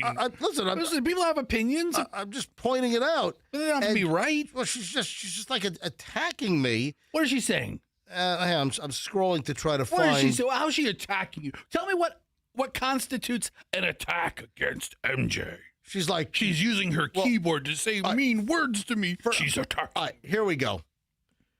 Welcome to MJ's morning show. Unfortunately, the general public has put in this tiny excuse of a man on a pedestal just for him to turn around and make fun of the very people that pay his bills and help support his career. Oh, the lady dressed like this at the Fort Lauderdale airport is paying my bills and supporting me. Yeah, ma'am. And just for the record, we have to put MJ on a pedestal. That's the only way we could see him. And he likes to double down so much that he's going to delete all of our negative comments calling him out for his inappropriate behavior. Congratulations, MJ. You are the worst representative of the Tampa Bay area I've ever seen. Oh, wow. I mean... Oh, because I put up an image of this woman in a total clown suit that's in public. If you go in public in what this lady is wearing, you deserve to have your picture taken and put on social media. I can think of some other worse representatives. And this odd tattoo lady, that's her handle, something like that. She's attacking me. She called me a child. On comments, she called you a child? So not only is she attacking me on the publicly viewed comments, so you can leave comments on the picture. Yeah. She's also attacking me via direct message as well. Okay. So I'm getting these private attacks also. All right. So that continues. Right. I'm glad people have so much time. Yeah, I'm like, lady, get a freaking hobby. I mean, get more tattoos. Listen, go get more tattoos. Get them on your fingers so you can't type stupid notes to me. How about that? The funny thing about Instagram is you could pick and choose who you follow, and you can keep scrolling. Yeah, dude. No. You don't have to stop and comment. What? Man, I triggered odd tattoos on Instagram, man. I don't know what I did to trigger her. And suddenly what? I'm a representative of the Tampa Bay area. No, the worst representative. Oh, no. I'm a representative, but because I posted this picture, I'm now the worst representative. Congratulations. I'm like the mayor of Dickville, according to her, or the mayor of Worstville. Oh, I'm going to get you a shirt that says that. The mayor of Dickville? Yeah. Don't get that shirt. Don't get that shirt. It's going to attract really some unwanted attention. And then I'll go to Provincetown or Key West on vacation. So, or Andrew like that one. So, listen, everybody's offended by something. Something triggers everybody. It's unbelievable. I'm surprised this tattooed person. Hey, thanks for listening, but then Andrew, all the phones are ringing. Answer the phones, Andrew. All right. Oh, I did learn something from the comments, though. What did you learn from the comments? It is not a shower cap. All right. It is a bonnet. A bonnet. Yes. Oh. You misidentified her. It's a blue bonnet. Yes, it's a blue bonnet. It's not a butter. Is it a butter? Is it an ice cream? Blue bonnet. It's a bonnet? No. Blue bonnet. What is it? Bluebell is the ice cream. Blue Yeah. bonnet's the butter. Yes. Do they still have blue bonnet butter? It sounds familiar. I don't know if I've seen that recently in the store. Blue bonnet butter. So she's an heir to the blue bonnet fortune. But this woman, man, folks, if you have not seen this image of the lady at the airport, it's the second post now on my Instagram. It's like a margarine. All right, Certified MJ Radio. Go to my Instagram, Certified MJ Radio, and see why this odd tattoo lady on IG is shredding me. Blue bonnet is like a vegetable oil spread. Yeah, all right. And you know what the crazy thing is? What? Her outfit looks like blue bonnet vegetable oil spread. Yeah. It looks like a big bucket of country crock. All right. So go to my Instagram. If you want to leave a comment, go ahead. Oh, and if you don't follow me on Instagram, give me a follow while you're at it. Yeah, I only want one new follower today. So why don't you be that follower? If you listen to the show and you don't follow me, give me a follow on Instagram. You Certified. need 2 followers today. Because you lost old tattoo face. Yeah. Certified MJ Radio. That's Certified MJ Radio. Another direct message that came in. Hang on a minute. Andrew wants me to grab some calls here. All right, let me grab. How about Lori in St. Pete? Hey, Lori, you're on the MJ Morning Show. Welcome. Hey, MJ. Yes, Lori. Did you ever think that maybe she's shredding you about the picture because it's a picture of herself? Well, the woman that's shredding me is a white woman that apparently really likes tattoos, and the picture of the woman I took at the airport is a black woman, so I don't think it's the same person. Maybe a picture of a relative? Well, she would have said that. She goes, hey, that's my friend, how dare you? But she's not saying that. No. She's saying, that MJ's just a poor. Yeah, she's just taking up for the woman that she thinks that me taking the picture is inappropriate. I'm a baby. I'm a 12-year-old. I'm not an adult. I'm a terrible representative of the Tampa Bay area, and I'm a public figure, so I can't take a picture of a lady that's wearing a clown suit in an airport and post it. So, listen, Lori, I mean, good thinking, but I don't think that's the case. But I could think of several worse representatives than MJ. But thank you. All right, then I get a direct message from Eza, EZA. All right. And this has to do with another post. This has to do with the last post that's on my Instagram, and it was a little 4-picture slideshow of Michelle and I going to the Hard Rock on Wednesday night. And the first picture is Michelle sitting at the table at Council Oak Steakhouse inside the Hard Rock, Seminole Hard Rock, having her 8-ounce filet. And the first image is of Michelle, but numerous people noticed that Michelle was not I'm sorry. This is from this one is from somebody else. So let me deal. I conflated. I have 2. So the first one did not come from Eza. I got to get to Eza in a second. So the first one is in the picture of Michelle at the table at the Hard Rock's Council Oak. People are asking, where's her wedding band? Oh. Yeah. And somebody wrote, she's keeping her options open. So, oh, yeah. All right. So I'm at dinner with Michelle at Council Oak, and people noticed in the image that Michelle does not have her wedding band on. Because you can see her left hand is holding her fork. And, yeah, Michelle does not have a wedding band on. And people, it's amazing what people notice. So if you'd like to see gorgeous Michelle sitting in front of a perfectly cooked 8-ounce prime filet. Yeah, if you want to see a picture of 2 hot pieces of meat, go to MJ's Instagram here. Did you just say if you want to see a picture of 2 hot pieces of meat? Yeah, so you did hear me. Meaning the filet and my wife? Hey, listen, if you want to see 2 hot pieces of meat there. Anyway, all right, so people notice that you don't have your wedding band on, and people are commenting on that. If you want to see this again, go to Certified MJ Radio. It's the first image on my Instagram, Certified MJ Radio, and then Michelle's right there. So, Michelle, would you like to tell everybody why you're not wearing your wedding band? Because it's in the kitchen drawer where I took it off to wash my hands at some point earlier that day. Yeah. And then we were racing out of the house a little late. Actually, I was on the phone with Julian, so I got a little distracted and just forgot to put it back on. Right. Is there any reason? And I even said it to you as we left the house. I was like, crap, I forgot my ring. And you said, you want me to turn around and go? And I was like, no, because we're already kind of running a little late. Right. I'm with you at the concert, dude. I even offered to turn around halfway through the neighborhood. Do you want to go back and get your wedding band in my house? And Michelle's like, no. And then people are such sleuths. People are such, Scooby-Doo private. Zoink, Scoob. Michelle's not wearing her wedding band. I think that signifies there's trouble in the MJ and Michelle house. Listen here. If not for nothing, but the fillet's not wearing a ring either. Hey, if you guys want to see the creepiest picture, go to the second picture. Oh, jeez. Who does that? What? Who does that? So there's a picture of Michelle at the table at Council Oak, right? And MJ snapped the photo sitting directly across from the table for two. Then you go to the second picture in the collection, and it's MJ and Michelle sitting at the table, and they're holding their plates up for the camera. It's the weirdest photo ever. Who does that? I'll tell you I've seen what. plenty of pictures Dude. of people taking the picture at the table. You're supposed to take a picture of you and your old lady together at the restaurant, but you're holding up the steak the third picture you're cradling it like a baby. I'm going to explain. Please. The third picture is a close-up of my steak, of my New York strip. And then the fourth picture is Boy George on stage at the event center.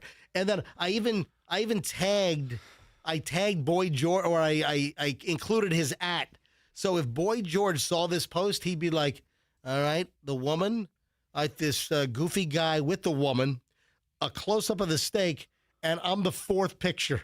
I'm the last picture, Boy George on stage at the Hard Rock Event Center on Wednesday night. I will say, in this 4-picture collection, there's a piece of meat for everybody. Right. Andrew wanted to know why I didn't get the ribeye. I said this yesterday because ribeye is my go-to. Ribeye, folks, the ribeye is the most flavorful steak. Right, Fester? It is. What are you getting all harumphy over there? I'm a little pissed off at Andrew for being so judgy about your meat selection. Okay, all right. Yeah. But listen, the ribeye at heavens forbid you would have got the chopstick. Andrew would have flipped out. The ribeye at Council Oak is phenomenal, but it's 24 ounces, and I didn't want to do it 24 ounces, so I went to the New York strip, and it was fantastic. But typically, I always gravitate to a ribeye, a Delmonico, as Burns calls it, but same cut. So the video or the pictures are on my Instagram, Certified MJ Radio. Now, let me go back to where I was with Eza. So Eza sends me a direct message. This is kind of like a semi-attack, but then turned the bus around. Oh. Hey, MJ, I wanted to let you know that I've never really liked you. Oh. Join the club. I mean, this is as I printed this out from my Instagram direct messages. This came in at 8:38 yesterday morning via direct message. Hey, MJ, I wanted to let you know that I have never really liked you and would often change the channel when you came on to talk. Usually that's in the morning, so. For years this went on until you got Michelle to come on and replace blank on the show. She's not replacing anybody. She's just contributing to the show. I now love, all caps, I now love you guys. She has added so much to the show and has made you lovable. I enjoy you guys, and you always make me LOL. I'm so glad I have you to listen to on my way to work. Thank you for being awesome. Love you, Michelle. Look at this. Love you, Michelle. Can you see this? Is that clear? Love you, Michelle. I don't know that Michelle needs this kind of back patting. Are you stroking your own ego here? Because you got somebody who never really liked you? Which I guess I would put myself in that same category. Hey, Eza, are you listening right now? It's 8:09. Eza, are you listening to the show and me reading your direct message? Eza. I'd like you to call me right now, Eza. Yeah, because he wants to take you to dinner. Eza. At Grillsmith. Yeah. Eza, if you are listening right now, I want you to call 800-990-1047. 800-990-1047. Ezra, if you are listening, Ezra McLaughlin, if you are listening, please call me right now. If you're on your way to work, she might be stay-at-home Friday. Oh. You know, who knows? All right, 800-990-1047. So, Ezra, if you are listening, please call. I'd like to get some more information. So, why don't you message her back? You guys, she never liked me. Never really liked you. Now Michelle's on the show. She loves us. And now she loves me, I guess. But Michelle made me more lovable. I told you that after like 2 days. And nobody believed me. I think a lot of people think that. She's not alone in her observation. Yeah, it's something I've heard over the last year. And I pointed out like the last year or the last 30 years? Well, like the second day Michelle's in, I'm like, never mind. I don't want to get the nuts and guts of the show. How about circa 1994 when we landed in Tampa? As anybody who asks me about Michelle, I am quick to say she's the best part about MJ. All right, are you ready for your gift, Fester? Yes, absolutely. All right, we got gift. Fester gift time. I got a lot I got Florida's best. I got a bunch of Florida's best stories that are fantastic. I'll get to those in a minute. I like Fester Gift Friday. So it is. It's Fester Gift Friday. All right. You know what? It's stuff like this that's making me even more lovable because I've got a gift for Fester. So we were at Red, White, and Blue. Which one? This was the one off of Waters, right? We're at Red, White, and Blue Thrift because Michelle kidnapped me and dragged me there last Saturday. And Michelle's going through all the clothes and Michelle, you're rushing me. But you're not going through the clothes for yourself. Really, you were going through T-shirts for Julian. Correct. So Julian loves the T-shirts that end up at these thrift stores. It's amazing how many cool T-shirts end up in thrift stores. Because, really. Julian likes like a lot of... He'll find like Rockwell International, like a defense contractor T-shirt.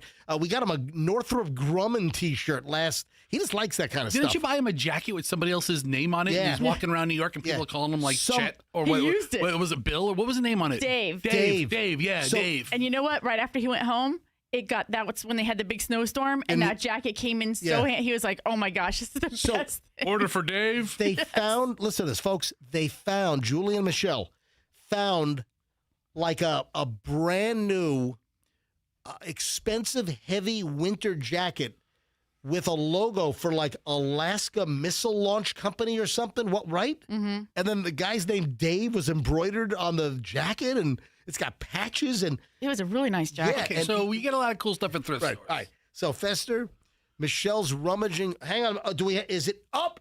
Ezra called in. Hang on a minute. Your gift is delayed. Ezra. Isa, I guess you're listening. Yes, I always do. So you heard me read your direct message? It is so funny. As soon as I hopped in the car, turned on the radio, I heard my name. So, Isa, you never liked me. Well, you just annoyed me. Thank I don't you. know, you see. He is annoying. He's endearingly annoying. Like, I don't know, but with Michelle, she compliments that. All right, so I'm not annoying to you anymore? No, actually not, because Michelle compliments you, and I don't know, the two of you together, you don't annoy me anymore. If you can understand, I don't know. All right. Well, listen, it's it's a little bit of an endorsement. All right, so we'll take it. It is a great endorsement because I'm very picky. Okay. Well, but I enjoy listening to you guys. You're intelligent, you're funny, all of it. Entertaining. Fester, you're great. Michelle, I love you. And We try. MJ, you're the best. Thank you. So I went from you never liked me and you changed the channel to now I'm the best. Yes. Wow. Local channel, because I do listen to, I typically listen to Sirius. Oh, no, no, come on. We're more entertaining than anything you're going to find on Sirius XM. Come on. Exactly. That's why I'm tuning into your morning show. Thank you. Isa, what do you do for a living? I'm a bookkeeper. All right, and where do you live? Where are you calling from? Is he in Clearwater? Excellent. Well, Isa, I'm glad that we were able to flip the script and just turn this turn this dumpster fire around. Thank you so much. Exactly. All right. Hey, thanks for not being annoying anymore. No, I'm just kidding. Oh, he's still plenty annoying. Isa, thank you, I guess. All right, have a great weekend. Have a good day. Bye-bye. Bye. I guess that's net positive, right? Yeah, sounds like it. Yeah. All right, let me get back to Fester's gift. Thank you. So Isa was listening. Thank you. That's great. So, Fester, for the price of $3.99. Was there an additional discount off the yellow tag? It's a yellow tag. Do you know, was this a... Oh, I think there was. It was $1 off. Yeah. This was $2.99. So it was like a $4, so it was like 25% off? So yeah. Michelle finds this enormous garment. Okay. Hanging from the rack. Well, how enormous is enormous? It was noticeably larger than anything else hanging on the red, white, and blue thrift store rack. Well, right? I told Michelle that they put all the sizes together. There's no breakup of sizes like if you went to like a department store. Yeah. So the way to look for larger men's clothes is to look at the bottom line of all the T-shirts, and the ones that are hanging the lowest are the biggest shirts. Well, that's what happened here. So Michelle found. Oh my God! How big is that thing, dude? This is a 5X. Okay, that's my size. That's my size. I'm a 5X. I wasn't sure. Okay. I wasn't sure. Okay. Guess what? What? Michelle found this humongous black long sleeve shirt. Yes. And it was, we were in the cooler weather. This weighs like 5 pounds. Just the amount of fabric on. So Fester, Michelle found this. Let me hold this up to MJ TV so people can see it. Fester, you now work for American Security Programs Incorporated. Oh, that's awesome. Which is a Secure America company. And your new name is C. Turner. What does the C stand for? We don't know. Make it up. Cletus. We don't. Cletus Turner. You are now Cletus Turner. All right, I need C names. People start text me some C names. Not that C name though. Dude, look at that shirt. This is like a tarp for a roof. American Security Program. So Fester, you got to put this thing on now. I will. Come here. I take that shirt off, and you got to put. I got to see you in this thing. Let's go. This Throw is it over. Fester's gift. Here we go. All right. I take my headphones off. There it is. All right, Fester, take off your current blue shirt because you have what, like a white undershirt on? Yeah. 5X, baby. Hold on. What were you saying? Andrew said, "Thank God," in my ear that you're wearing an undershirt. Yeah. Thank God. All right. All right. What do we got here? All right. Fester's now putting on Cletus. I wonder what the C does stand for. Yeah. We got to look up. Go to the webpage, Michelle. What's the company again? I don't know. Read it off my chest in a second. Yeah. What's this? What does it say? American what?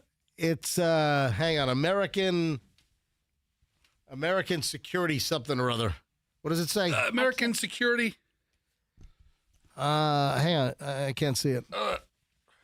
Dude. All right, it's a little snug, actually. Snug. Oh my God, the 5X is a little snug on Fester. This might be like a. It's American Security Programs. I don't even know what the hell that is. I don't know either. But Fester now, and the name is on the right breast. Call me C. Turner. Fester's now C. Turner. Yes. So a little bit of it.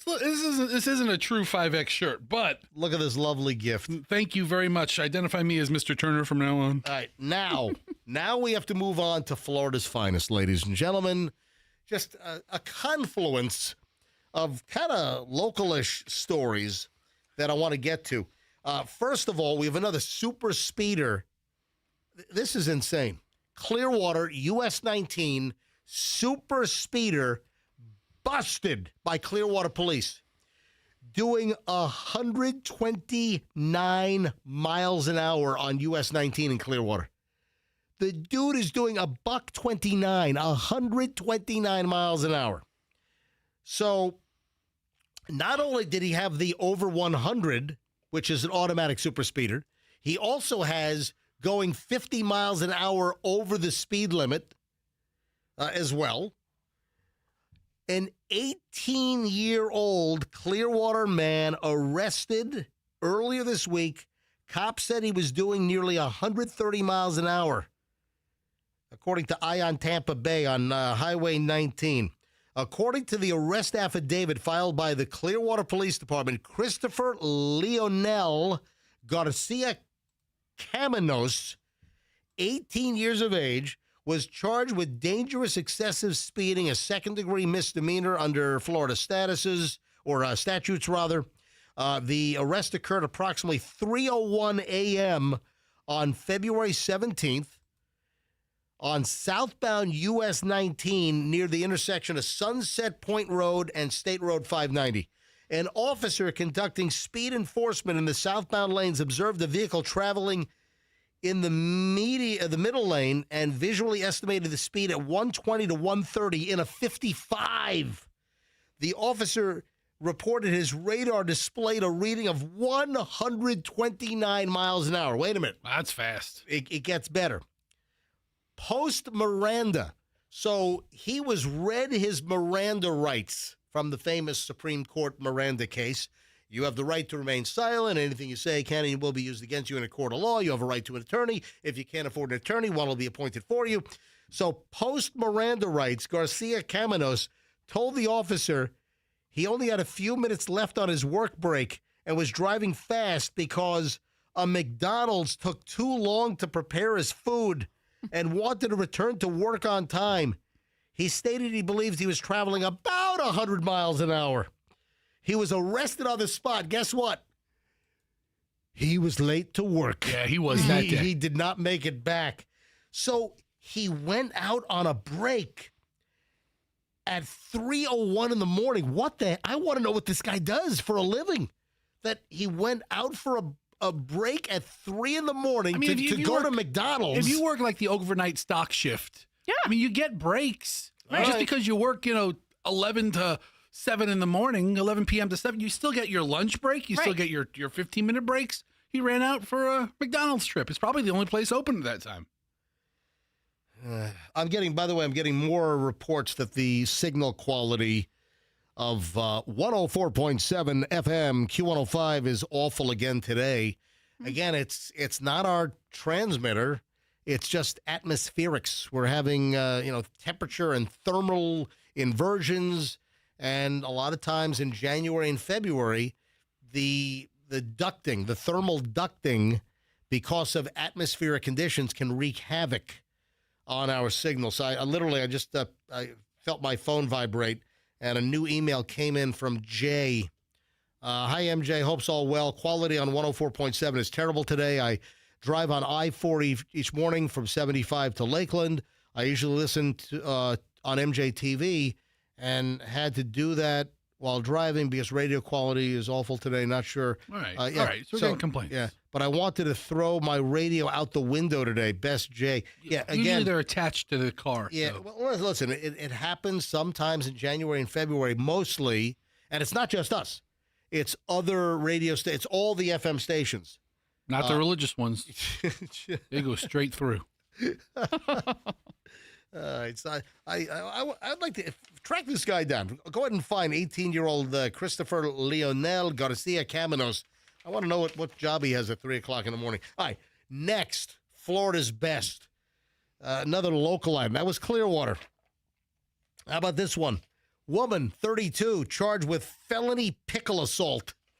Okay, well, I need to know more information. Again, local story. Did she just throw the pickle, or was she, Cops were called. Kaylin Blaine's boyfriend and cohabitant. He had a knot on the top of his head where he was allegedly clobbered with a glass jar of pickles. Oh, no. Yeah. That's a weapon, dude. So Kaylin Blaine clocked the boyfriend over the head with some plastic pickles, or maybe they were Clausen's. I don't know. Wow. Man, that is dangerous. Could have killed the guy.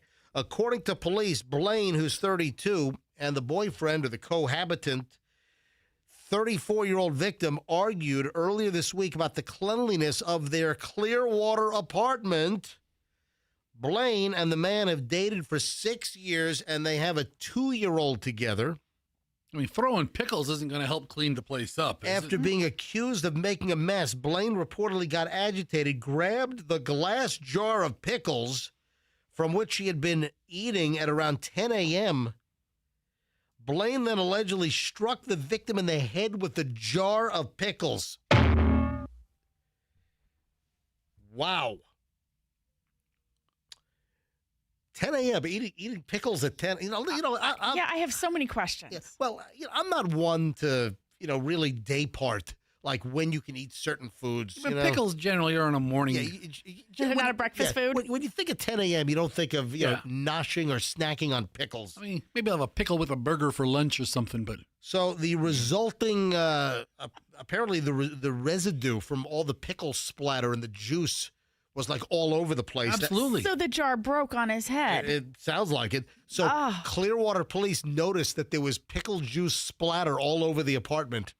Or did she launch it open? Right. Oh, that's true. Yeah. You know what? It could have been open. I mean, because the police report would say glass everywhere. The guy would have like some incision on his head. So Blaine declined to speak with Clearwater police, was arrested for aggravated assault with a deadly weapon.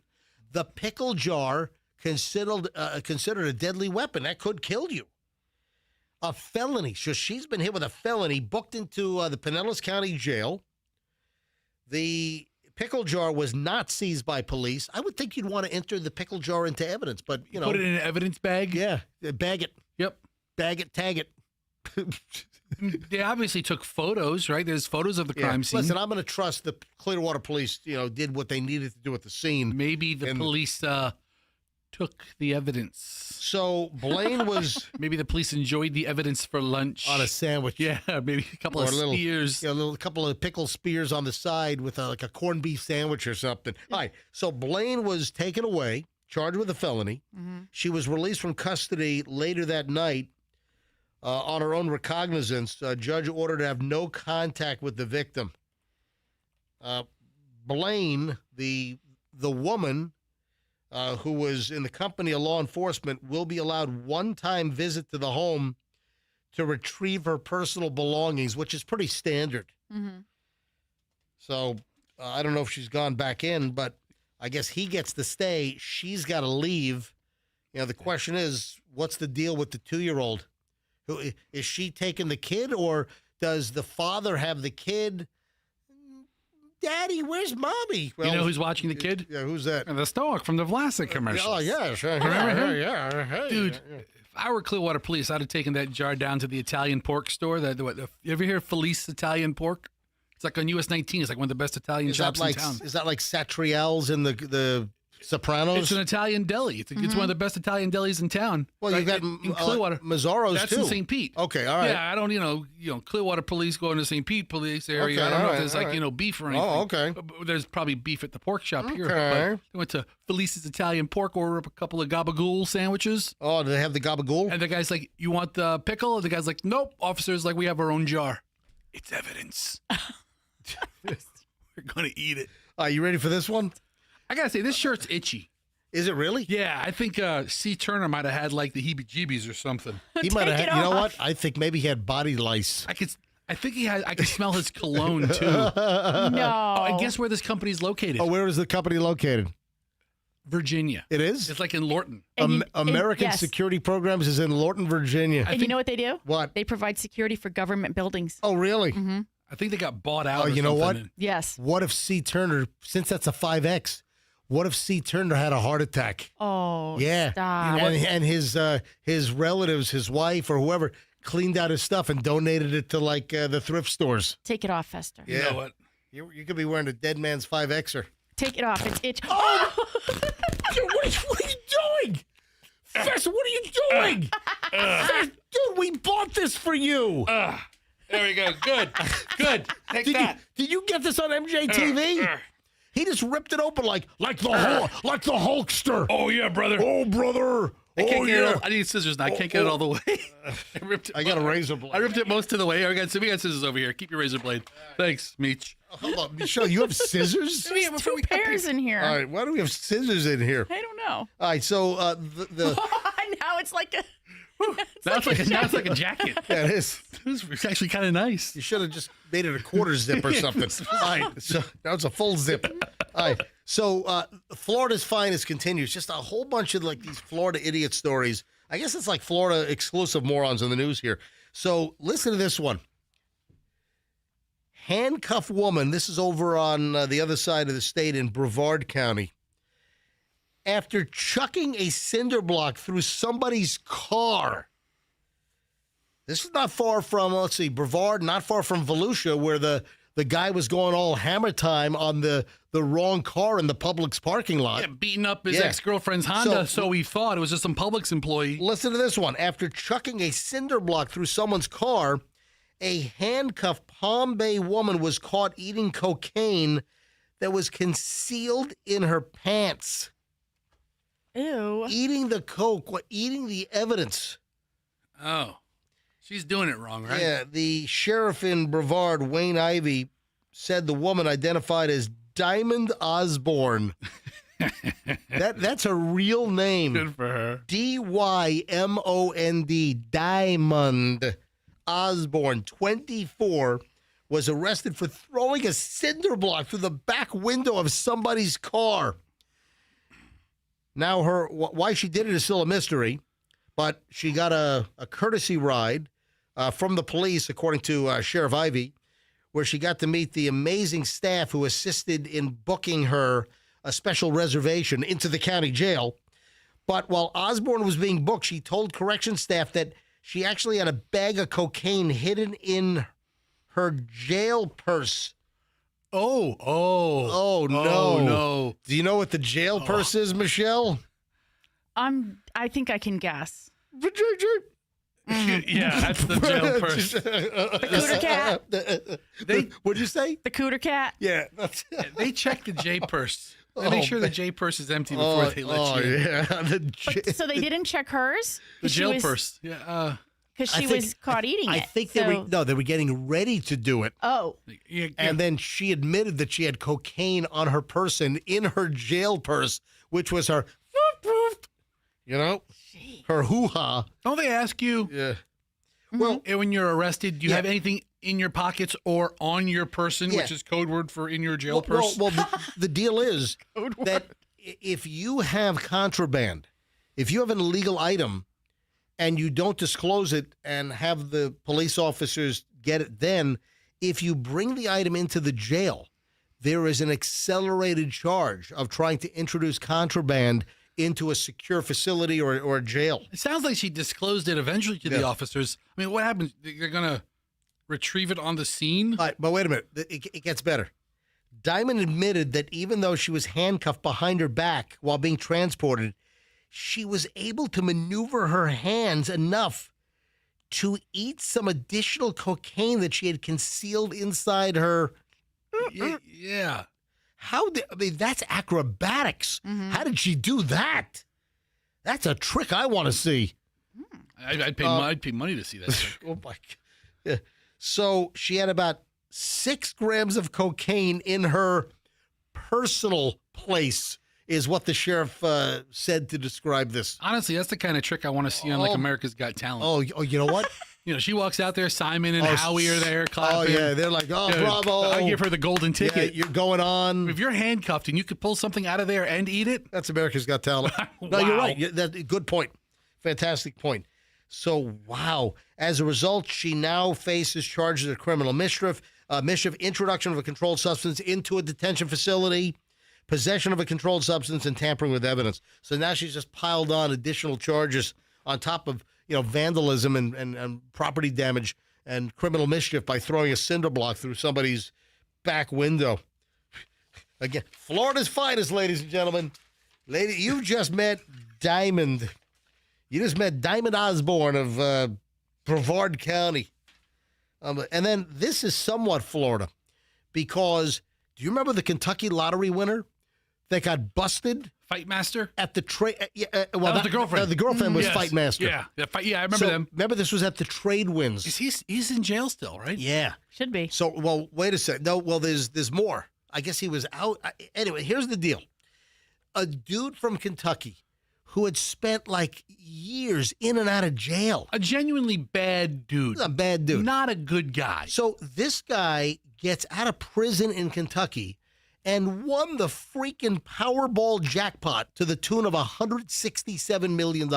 You want to talk about the wrong person winning Powerball? Was his name like Farthing or something? Farthing. I have the whole dude. I'm going to tell you. Okay, I'm glad you're going to, because I don't have it. So he wins the Powerball, comes down to St. Pete Beach. Is the Trade Winds Resort in St. Pete? St. Pete Beach. Yeah. I'd have to think Clearwater, St. Pete. So he leaves Kentucky, and he was not supposed to leave Kentucky. Yeah. It was a violation of his parole to leave Kentucky. He comes down to the Tampa Bay area, to Pinellas County, goes to the Trade Winds with his girlfriend. Her name is Fight Master. He gets into a fight at the bar at the Trade Winds, and Pinellas County deputies are called. He ends up, doesn't he hit or kick a Pinellas County deputy in the face or something? I thought it was a kick. He was trying to be restrained, and he kicked another officer. Guess what? What? A Kentucky man who made headlines last year by winning the state's largest ever lottery fortune has been arrested for a seventh time.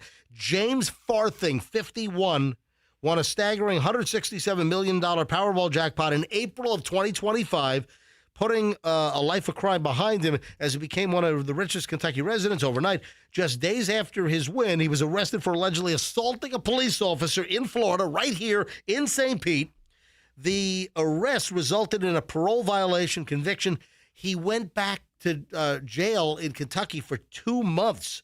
According to public records, this dude has spent 30 years with problems with the law. Like his entire... He escaped from jail, burglary, assault. I mean, this guy's a bad dude, bad guy. After getting out of jail in June of 2025 following the alleged assault on the Pinellas County deputy sheriff, Farthing was arrested for a seventh time on February 11th. So now we're finding out he was just arrested again up in Kentucky about 9 days ago, after a woman called 911 saying that she was being threatened with a weapon. Dude, this guy should have never seen the light of day. Was it Fight Master? Is she I the one don't who know. called? Are they still together? It doesn't say. The woman who has not been named, a lot of times domestic issues, they don't name the Vic. But the girlfriend was named plenty of times in the first arrest here in Florida. And unbelievably, his girlfriend that he brought down to St. Pete Beach, her last name was Fight Master, as he's fighting with a Pinellas County deputy sheriff and kicking him in the face. So now he's been arrested again on February 11th.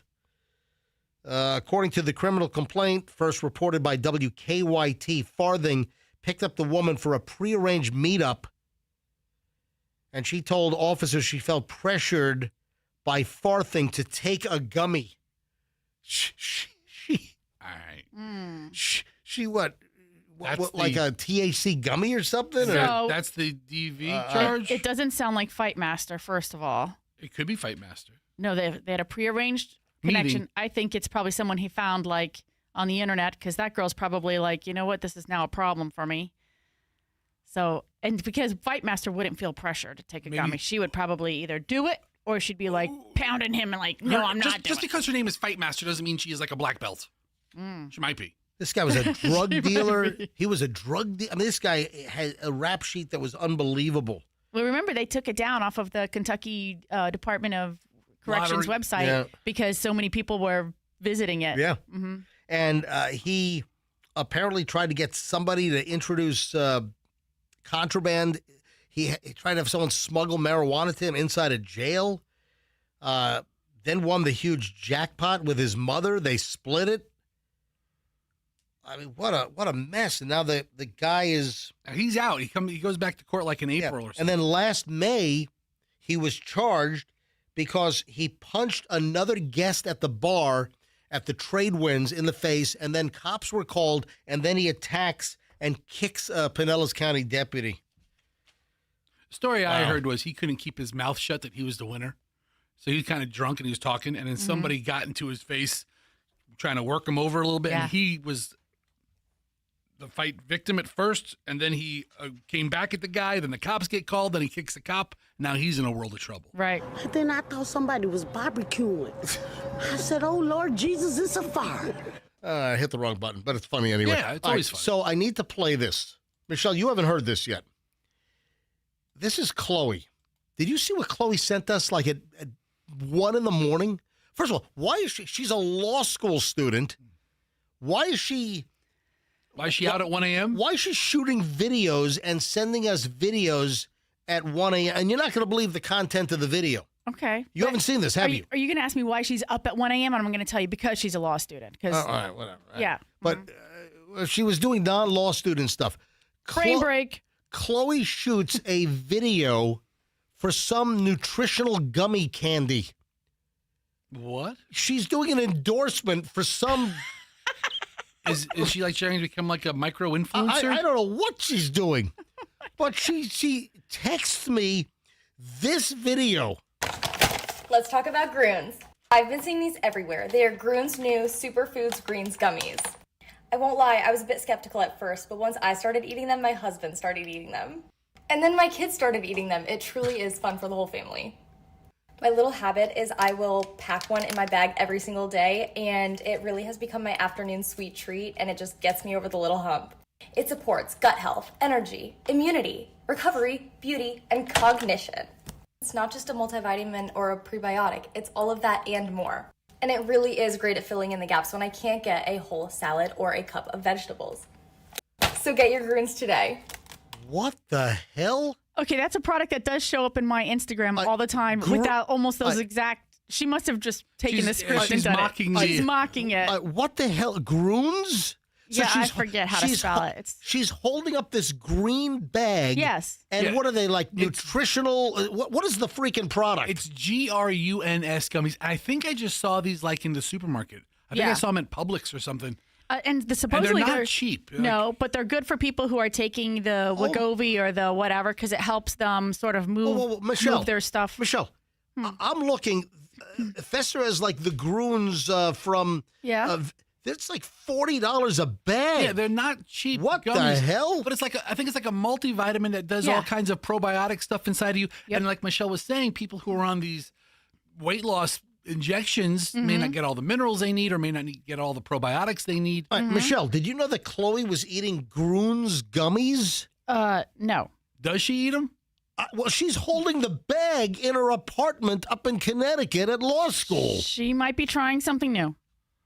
I mean, it looks like a decent supplement for its overall health. Yeah. It's not like she's, doing crack. Right. I mean, you make it sound like she's like, doing crack. Groons, Superfoods Greens gummies in different flavors. Here's a mango sorbet. Is that the flavor? There's a bunch of different flavors, apparently, according to the website.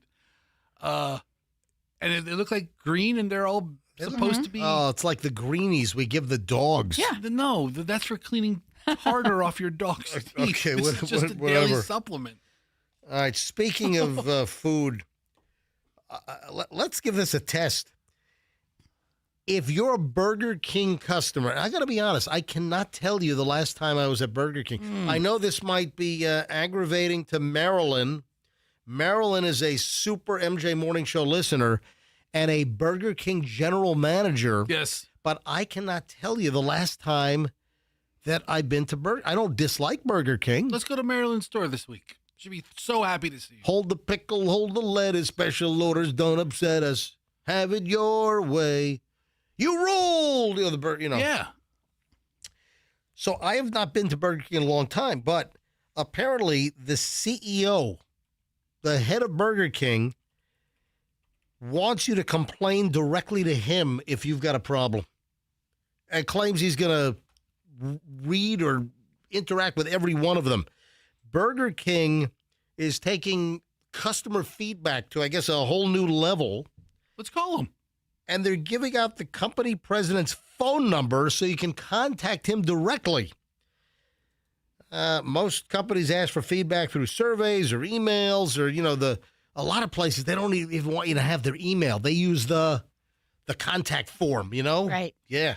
So Burger King and the president, you can now call or text the Burger King president, Tom Curtis, directly sharing your personal experience and feedback. The brand shared that Curtis will personally make as many daily calls he possibly can, and every message from fans will be reviewed and responded to. I need the phone number. Yeah, they don't give the number? Oh, no, I have it. No, I do have it. Well, leave a message. No, I do have the phone number. That's what I'm thinking about doing. Burger King shared that their guest-submitted feedback ideas have been part of the brand's success, including the $1 Million Whopper contest, modernizing restaurants, improving operations. So there's nothing. And I think Burger King is based in Miami, aren't they? Oh, I have an idea. There's nothing like hearing from guests firsthand, so I'm excited to have an even greater opportunity to have live, open, and honest conversations, ask questions, and see how we can create an even better Burger King together. Yeah, because the phone number is area code 305. I thought Burger King is based in Miami. That's where corporate headquarters are. All right, I'm going to call. Let's go. Leave a message. I have an idea. What's that? Oh, if he does this, this might be good. This might be good publicity for us and big publicity for Burger King. Hang on, let me dial him up. All right, so it's 305. Right. 874. And the number's published. I mean, it's out. It's all different news reports have this number. It's Tom at Burger King. Really appreciate you calling to share your thoughts on your BK experience or just on BK in general. Yeah. Your feedback is really important to me, and we have tons of calls coming in right now, which is awesome. But it also means that I can't return every single call. But I will tell you this. We are looking at every single one, every single text, and listening to every single voicemail. So record your message after the beep, or you can text me at this number, and we're going to get back to you as soon as possible. Thanks again, and have a great day. Bye now. All right, hey, hello, Burger King. This is MJ from the MJ Morning Show, a top-rated, long-time radio morning show on Q105, WRBQ-FM, 104.7 FM here in Tampa Bay. So we're live right on the air right now, leaving this message on the voicemail. So we're doing our show, and we're talking about you, the president of Burger King, giving out the phone number, the Tom Curtis, bat phone line here. And I'm leaving a message, and we're telling the story about you want listener feedback. Well, my feedback is that I have not been to a Burger King in years. I like Burger King. I have nothing against Burger King. I just haven't been to a Burger King in years. So, Tom, here's what I'm suggesting. That you're down in Miami. That's where Burger King headquarters are. I'm up here in Tampa Bay. I mean, just shoot the alley, get the 75 Alligator Alley. Come on up to the Tampa Bay area. And how about you bring me to a Burger King for the first time in years? Hold the pickle, hold the lettuce, special orders. You roll! So, Tom, why don't you get up here and let's talk about the feedback phone. I'm leaving you feedback. I haven't been. Let's go. Have a CEO lunch. Exactly. I'm the CEO of the MJ Morning Show. You're the big wig at Burger King. Tom, listen. One of our number one listeners. Oh, by the way, that's Fester. Yeah. Oh, I go to Burger King all the time. I'm a regular. Right. You should give me the King card, by the way. Yeah, Fester is a regular at Burger King. Tom, one of our loyal listeners, Marilyn, is the manager, of the general manager of the Burger King in Pinellas Park. Yeah. We could go to that Burger King. All right, so listen. Oh, Michelle's my wife. She's also on the show. Say hi. Hello. It's Tom. Oh, hello, Tom. All right. So, Fester, give out your cell number so Burger King can get a hold of us on, because Fester's cell number is well known. We give it out on the air. Yeah, Tom. So give out your cell number. 813-310-BURGER. No. Okay, no, I want that number, though. Right. It's 813-310-8444. So, Tom, call Fester back. Let's have a plan for you to come up here and take the morning show to a Burger King. I haven't been to BK in a long time. Listen, I've been a fan of Burger King for a while. I just haven't been. I remember when I was a kid, the Yumbo sandwich. From Burger King? Yumbo. It was like a ham and cheese sandwich way back. The Yumbo. All right. So call Fester, 813-310-8444, and get your butt out of Miami. Come on up to Tampa Bay, and let's break my non-Burger King eating drought. All right. Thank you, Tom. We hope to hear from you. Have a nice day. Have it your way. All right. No, All right. So it goes on to say that starting Wednesday, what day was the 17th? Was that a couple days ago? Tuesday, Wednesday? Starting the 17th for the next 2 weeks, he's going to take 4 hours a day to reply back to these messages. Okay. So he's going to get to a lot of people. Yeah. Even sends a quick text message or a quick call, but he's going to spend a lot of time. How many radio morning shows have called him up? We could be the first. We could be. And we're in the same state. He could take the Burger King private jet up here, even faster than driving. He can have the king drive him. Yeah. With that big head. He's got to show up with one of the crowns on his head. Yes. He's got to wear one of the paper crowns when we go out. We'll all wear them. We'll all wear the Burger King crowns. Listen, I don't need a reason to go to Burger King. I love Burger King. Yeah. A couple of bedtime things. What time is it? 8:49? We got a couple of minutes here. A couple of bed stories. Couples who go to bed at the same time report happier marriages. Well, I'd like to report that I did not go to bed at the same time with Michelle last night, but the night before we did. Mm-hmm. We generally do. We generally do. Yeah. So do we have a happy marriage? We do. And it's you're the one who said, you sort of dictate that. You're like, are you ready to go up? And I'm like, well, because I guess I am. Well, because when I'm done with show prep. Right. You like for me to wait for you. But that's right. That's really what we're waiting for is when I finish my show prep, that's when I go up and go to bed. Yes. That's, and I join you. Literally 2 minutes, 3 minutes after I finish the show prep and print out my little, sheet for the day and all of the stories and everything's bundled and ready to go upstairs, and then we go to bed. And usually we go together. Last night we did not. You went to bed before me. Oh. Yep. Well, I was falling asleep, and I was like, I'm going to bed. Yeah, I better just get up there. Most married couples only go to bed at the same time about 3 nights a week. Yeah. With an average 80-minute gap between one partner's bedtime and the other's on remaining nights. 80 minutes? Yeah. That's a lot. A lot of alone time. Right? Either the husband or wife, they're drinking alone downstairs. What's happening? Yeah. The effect is strongest among younger couples. 62% of millennials sleep better when sharing a bedtime compared to just 27% of baby boomers. Hey, boomer. Very happy couples go to bed together roughly 4 nights per week. You know what? That's probably us. I would say on average, it's about 4 nights a week that we go to bed together? Or is it really, it's almost... It's every night. It's almost, you know what?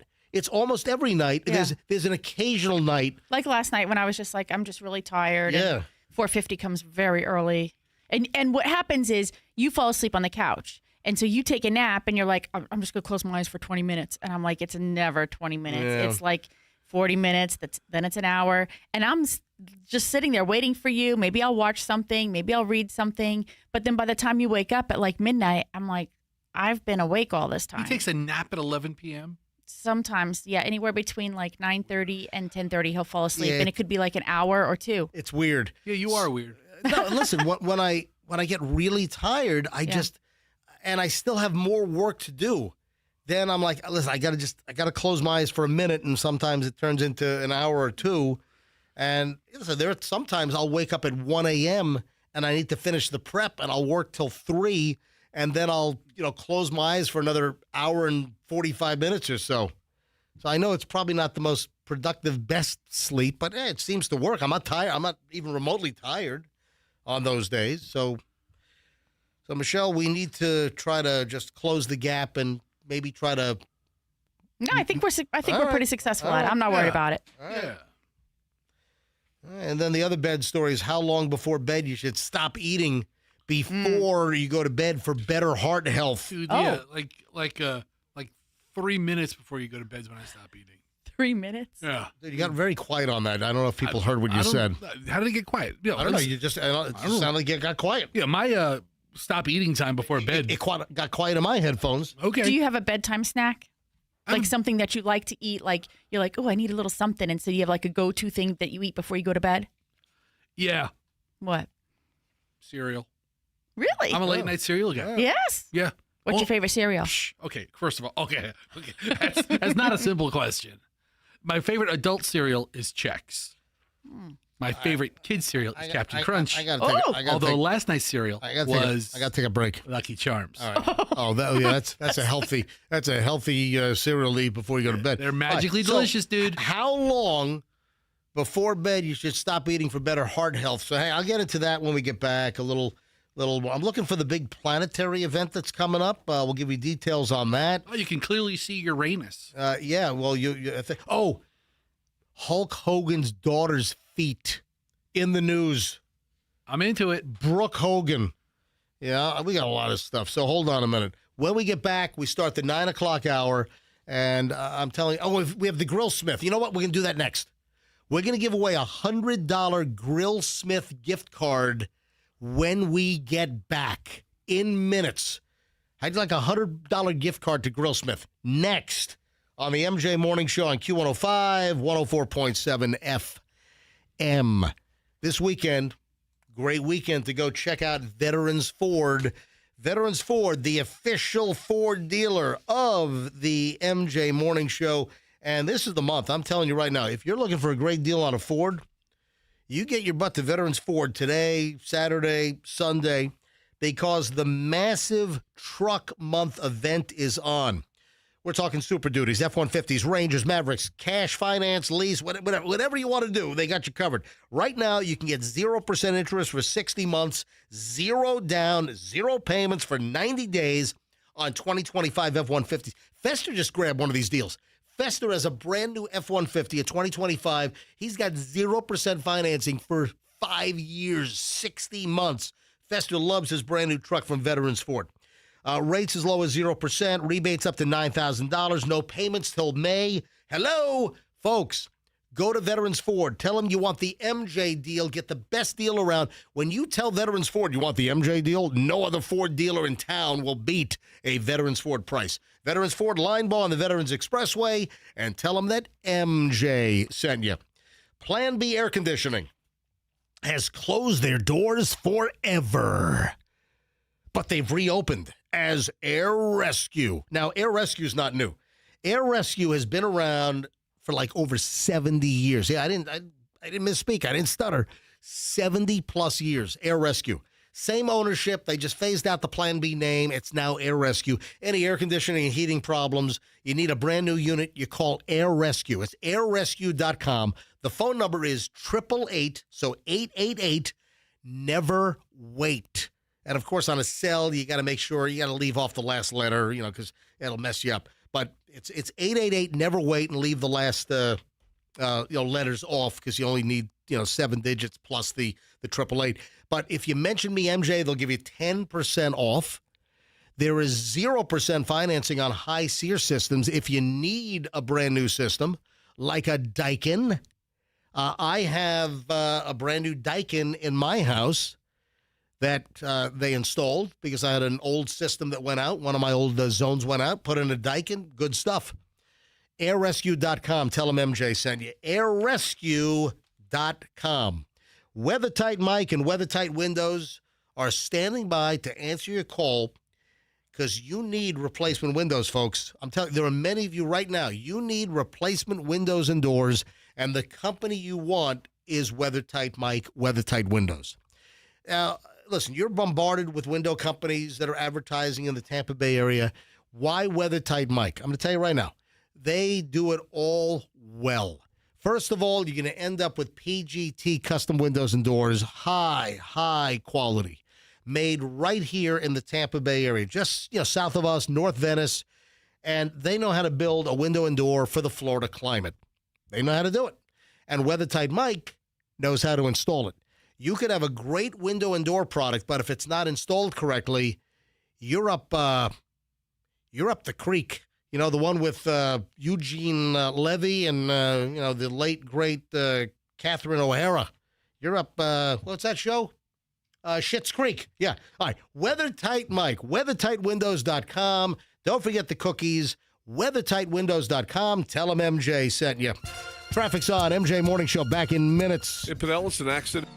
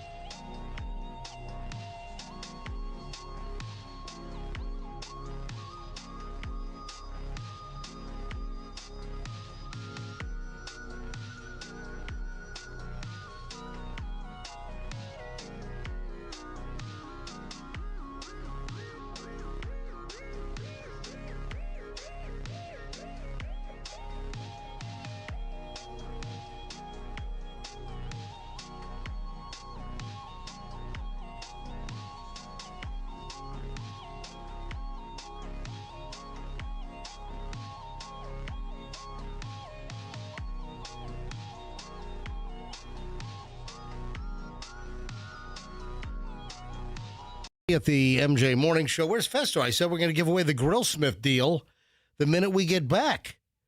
Here he comes. All right, I've got a $100 gift card for Grillsmith. And Fester, get your ass in here, man. It's we had a lot going on. And they're arriving with food right now. Ross, Holy jamoli. Michelle, cancel our lunch plans today. Joyce, come back in here. Yeah. I see. Yeah, look at this. Yeah, so we've got a big food drop from Grillsmith. Look, the dude's got the whole chef's outfit on and everything. Well, he's got the chef. It's not an outfit. It's not like it's not Halloween for the guy. All right, hang on. Where's your thermometer? Do you have your food thermometer? It's talking to that microphone over there. All right, so grab that microphone. Are you a chef? I am a chef by School of Hard Knocks. Really? Yeah. So which location are you a Grillsmith chef at? For all of them. So I'm the president of the company, but also the company chef. Hold on. Wait. You're the president of the company? I am. I thought just some go for DoorDash guy was coming by. You're making it sound like the president of the company's dropping off. All right, so man, good timing. So we got the president of Grillsmith is here. Listen, this is the first time we've got to meet. Look at all chef-like. He's got the real chef's outfit on. Yeah, he's going to put on the dishwasher outfit pretty soon. You have to do that some days. All right, so let's give away the $100 Grillsmith gift card, and we've got food all over the place. Thank from you very Grillsmith. much. You're very welcome. Thank you for having us. 5 locations, right, Fester? 5 Bay Area locations, and it's a great night out. It's really a great night out. Listen, Fester's a perfect endorser for Grillsmith because Fester has gone to Grillsmith many, many times. Even before they started advertising, Fester's been a customer. Well, the first time I heard that, we were working together, I was like, huh? Because I live halfway between the Wesley Chapel location and the Carrollwood location. And it's always a great time. So I haven't even said call now, but every single line is flashing here already. Let's go with caller 25, 800-990-1047. 800-990-1047. If you're the 25th caller right now, you will win a $100 Grillsmith gift card. That's a nice night out. Good food, great locations, Grillsmith. We've got food. I wish I was still in the commercial break so we could dive in. Well, we'll get there soon enough. Yeah, actually, there was a little misunderstanding that we had this morning about the promotion end of it, and I think you know how radio stations are. Have we sorted this out? So no, we haven't sorted any of it out. So I'm supposed to give out a $100 gift card, which we're doing right now, but then it says plus dinner for 2 with Fester. So that's where Joyce comes in. Explain. I don't understand this part. Joyce, who works in our sales department, one of our wonderful sales executives here, she comes up with these interesting promotions. I thought we were going to do like a MJ Morning Show listener dinner, right? I thought that was what was. And then yesterday, I find out that it's morphed. And I was like, oh, we do it on the fly. Right, do we know what this is yet, Fester? Do we still not know what this is? Well, this is the first time we're getting to talk. I've been with you all morning. All right. Well, anyway, we'll sort this out anyway. Hold on. Step a little closer, Joyce. You got to talk right into that microphone. Well, we're just going to make it more fun and entertaining for everyone. So, but what is it? How? Well, okay. No, first of all, how long have you worked in radio? Talk into the microphone. Thank you. Can you hear me now? Yes, we can. Okay, so we're going to get listeners have a chance closer to the microphone. Get right up on it, Joyce. All right, there we go. There we go. Thank Perfect. You. All right. Listeners are going to have a chance to have dinner with Fester. So, and also win a $100 gift card. So we're giving away gift cards on the air, and we're also going to do a dinner with Fester, and they'll get a $100 gift card. Do I have to go to like 4 dinners with 4 people, or is it one big super dinner? It's going to be one big fun dinner, up to 20 people. How do we know that all those people are going to be available at the same time? They got to make their. Listen, if you have a party. If you have a wedding, you invite a bunch of people. They got to make themselves available. The dinner is going to be on the 20th of April. April 20th. So April 20th. Right. So get ready for it. It's going to be a lot of fun. Okay. So details coming up, but keep April 20th open. So we're going to keep teasing So they get 2 dinners. They get their gift card and they get a bonus dinner with Fester. Exactly. That's exactly. All right. Perfect. All right. Well, now we got. All right. Apparently, it's going to be at the Carrollwood. Hang on a second. I turned your mic off. Say it again. The Carrollwood location. At the Carrollwood location. Okay. Fantastic. Can I invite MJ and Michelle? All right. Can I invite just Michelle? All right. Hey. That's fine. Hey, Russ, thank you very much. Thank you for having us. Hey, thanks for coming in. Thanks. Grillsmith has a great name in the Tampa Bay area. Stick around. You got a great guy that loves your product. And now we got caller 25. What line? What line? Looks like line, Andrew, line 7? Line 7 is caller 25. Hello. Hi, who is this? Candy from Brandon. Candy and Brandon. Guess what? You just won a $100 gift card to Grillsmith. Awesome. Do I have to eat with Fester? All right, so yes and no. Yeah, that part is optional. So you get a $100 gift card, and then they're going to put together a multi-winner dinner, so you get like 2 meals. I'm all for it. I've never heard of anything like this, but let's do it, man. All right, it's on. All right, Yes, I love to eat. all right, well, Candy, congratulations. You have the first $100 Grillsmith gift card. I'm going to put you on hold, and Andrew's going to get all your information, okay? All right. Thank you so much, MJ. I love you guys. Thank you. All right, Perfect. so she's on hold. Go ahead and grab her on line 7, and then we'll dive in. Next commercial break, we'll dive in. Sounds great. So we can look and see everything that's going on. Can't wait. Yeah. All right. So, back to the late night eating. Speaking of eating, how long before bed should you stop eating for better health? New research from Northwestern Feinberg School of Medicine. That's a good school, Northwestern. Yeah, the study pinpointed the optimal cutoff for evening meals, finding that participants who followed it had lower blood pressure, steadier blood sugar, and improved heart rates. Timing our fasting window to work with the body's natural wake-up rhythm can improve the coordination between the heart metabolism and sleep, all of which work together. They're factoring diabetes and all that stuff, and different body types and factors here. So do they give a specific time, like 7:30, or is it like a certain time, like X amount of hours before bed? Yeah, you know what? I had that highlighted, and I thought I had it highlighted. Oh. Michelle, can you try to find this? Yeah, Michelle. I hate those stories where they bury the freaking thing in the. Can you see? You know what? I had 2 copies, and I don't have the highlighted one. So what do you think the optimal time is before you go to bed? I think it's probably 2 to 3 hours. The group that stopped eating 3 hours before bedtime there we go. had better daytime blood sugar control. Yeah. With their pancreases responding more efficiently to glucose. All right, so you go to bed at 11. You should 8 o'clock. 8 o'clock is what it's saying For great pancreas health. Hey, Clearwater Airport, St. Pete Clearwater Airport, PIE. PIE, right. PIE. They are now ranked the 2nd most affordable airport in the U.S. You know what? I have never been. You know what? They need to invite me just to get on a flight to somewhere. Why? Why do they invite you? They're doing fun. You want to raise their prices? We got to afford that. We got to afford the big MJ visit. No. St. Pete Clearwater International Airport has earned the number 2 spot for the lowest round-trip domestic airfare in the country, according to recent kayak data. This is a Fox 13 story that St. Pete Clearwater International Airport is averaging about $161 for a round-trip flight anywhere in our nonstop destinations. Round trip. That's not one way. That's $161 round trip. So the main carrier out of that airport is Allegiant. Allegiant. Yeah. I pledge allegiance. I don't know. So my wife's taking a bunch of flights on Allegiant. And yeah, because she goes sees that obnoxious cousin of hers in Champaign, Illinois. Somewhere in the middle of nowhere. But it's always a Hey, good Michelle, experience. let's get on a flight to Appleton, Wisconsin. Is that a destination? Yeah, Are you looking it at their is. list? Yeah, I'm looking at the story here. Yeah. There's an Appleton, Wisconsin flight tonight at 8:04. We're on it. Let's go. You know what? It's an Appleton weekend. Yeah. We Yes. could fly to Colorado Springs. Let's do it. Let's go to the Springs. Allegiant's flying out today at 4:07. I want to go see the Air Force Academy. Isn't that in Colorado Springs? It is in Colorado I think it is. Yes. Yeah. It is. You know, we've been all over Colorado, but we've never been to the Springs, as they call it out there. The Springs. We went last time we went to Colorado. We headed south and drove through Colorado Springs and toward the. I want to go visit Supermax Prison.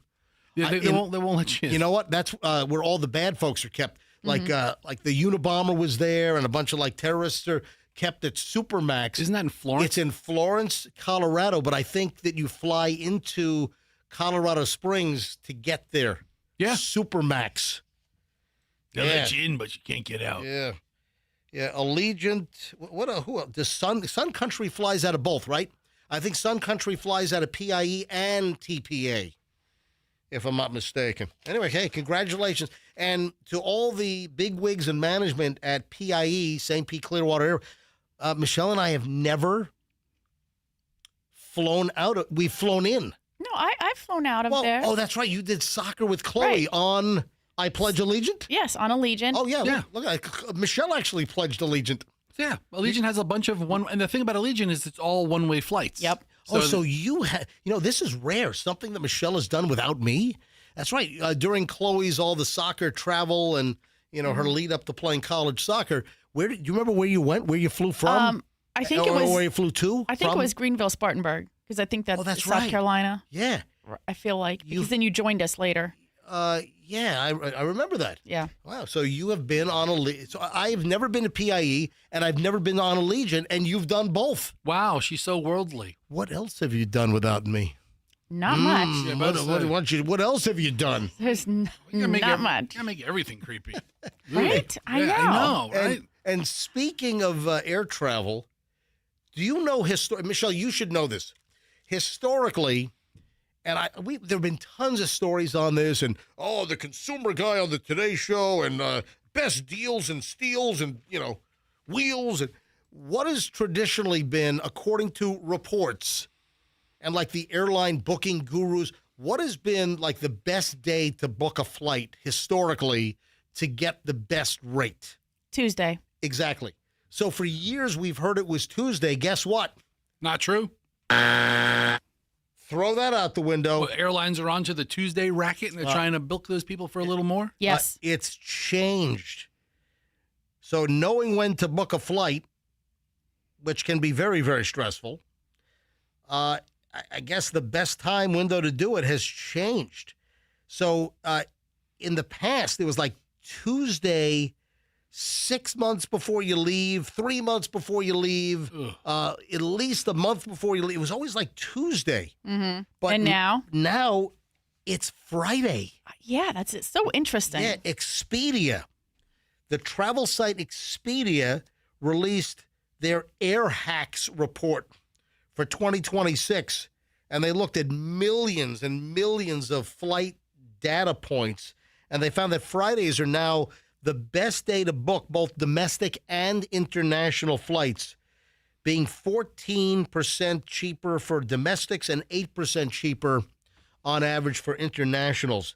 Now, traveling on a Friday, that might jam you up in price for the overall flight. For coming back? Well, no. I'm just saying. A Sunday it's not or Monday? actually. Hey, I'm just saying for leaving. No, it's actually not. I'm reading the same article, and it says Friday is also the cheapest day to fly internationally, which is so bizarre. That's not been our experience, though. He said it the same way, but only not as good. Okay, there you go. So no, he thinks it's not. No, I don't think it is. I don't believe that. That's what this data is. Well, you should open up MJ's research laboratory over there. Oh, that's a great idea. Yeah. But the best day to buy your ticket, apparently, to buy whatever day you're going to travel, apparently the best day now to buy the ticket is on a Friday. So that would be like today. According to the MJRL. Yeah. Research Labs? Laboratory. Oh, laboratory. Well, close enough. Yeah, it's British. Yeah. Expedia found that next Wednesday, February 25th, is among the calmest days to fly this year. Why? That's interesting. So next Wednesday, the 25th, dude, is the calmest day to fly. It's before spring break hits. And Easter and all that. Yeah. So you're kind of in a... All the people who gave up flying for Lent. Yeah. You're screwed. If you gave up flying. Yeah. I never knew that. The calmest day for air travel, Wednesday the 25th, at least this year. That's interesting. Huh. All right, Brooke Hogan. Hulk Hogan's, if you're a wife and your husband dies, you're a widow. If your father dies, is there a word for that? Yeah, an orphan. Well, Brooke Hogan still has mom. I don't know. I don't know if there's a title for that, but no. Is she desperate for attention? Brooke Hogan, and didn't she have a major falling out with her dad? Wasn't when Hulk Hogan died? I don't think they were on the best of terms. Yeah, were they not speaking? I thought they weren't speaking until he was very ill, and then she was coming to visit him. But what happened between them? Because we've told the story before that Fester, when we were on the other radio station for many, many years, Hulk Hogan was all up our butts trying to get our station to play Brooke Hogan's song. Hey, brother, it's me. I'm up your butt again. Hey, man, it's me, the Hulkster. Play my daughter's song. Yep, it's Up Your Butt Mania. Oh, yeah. Oh, yeah, brother.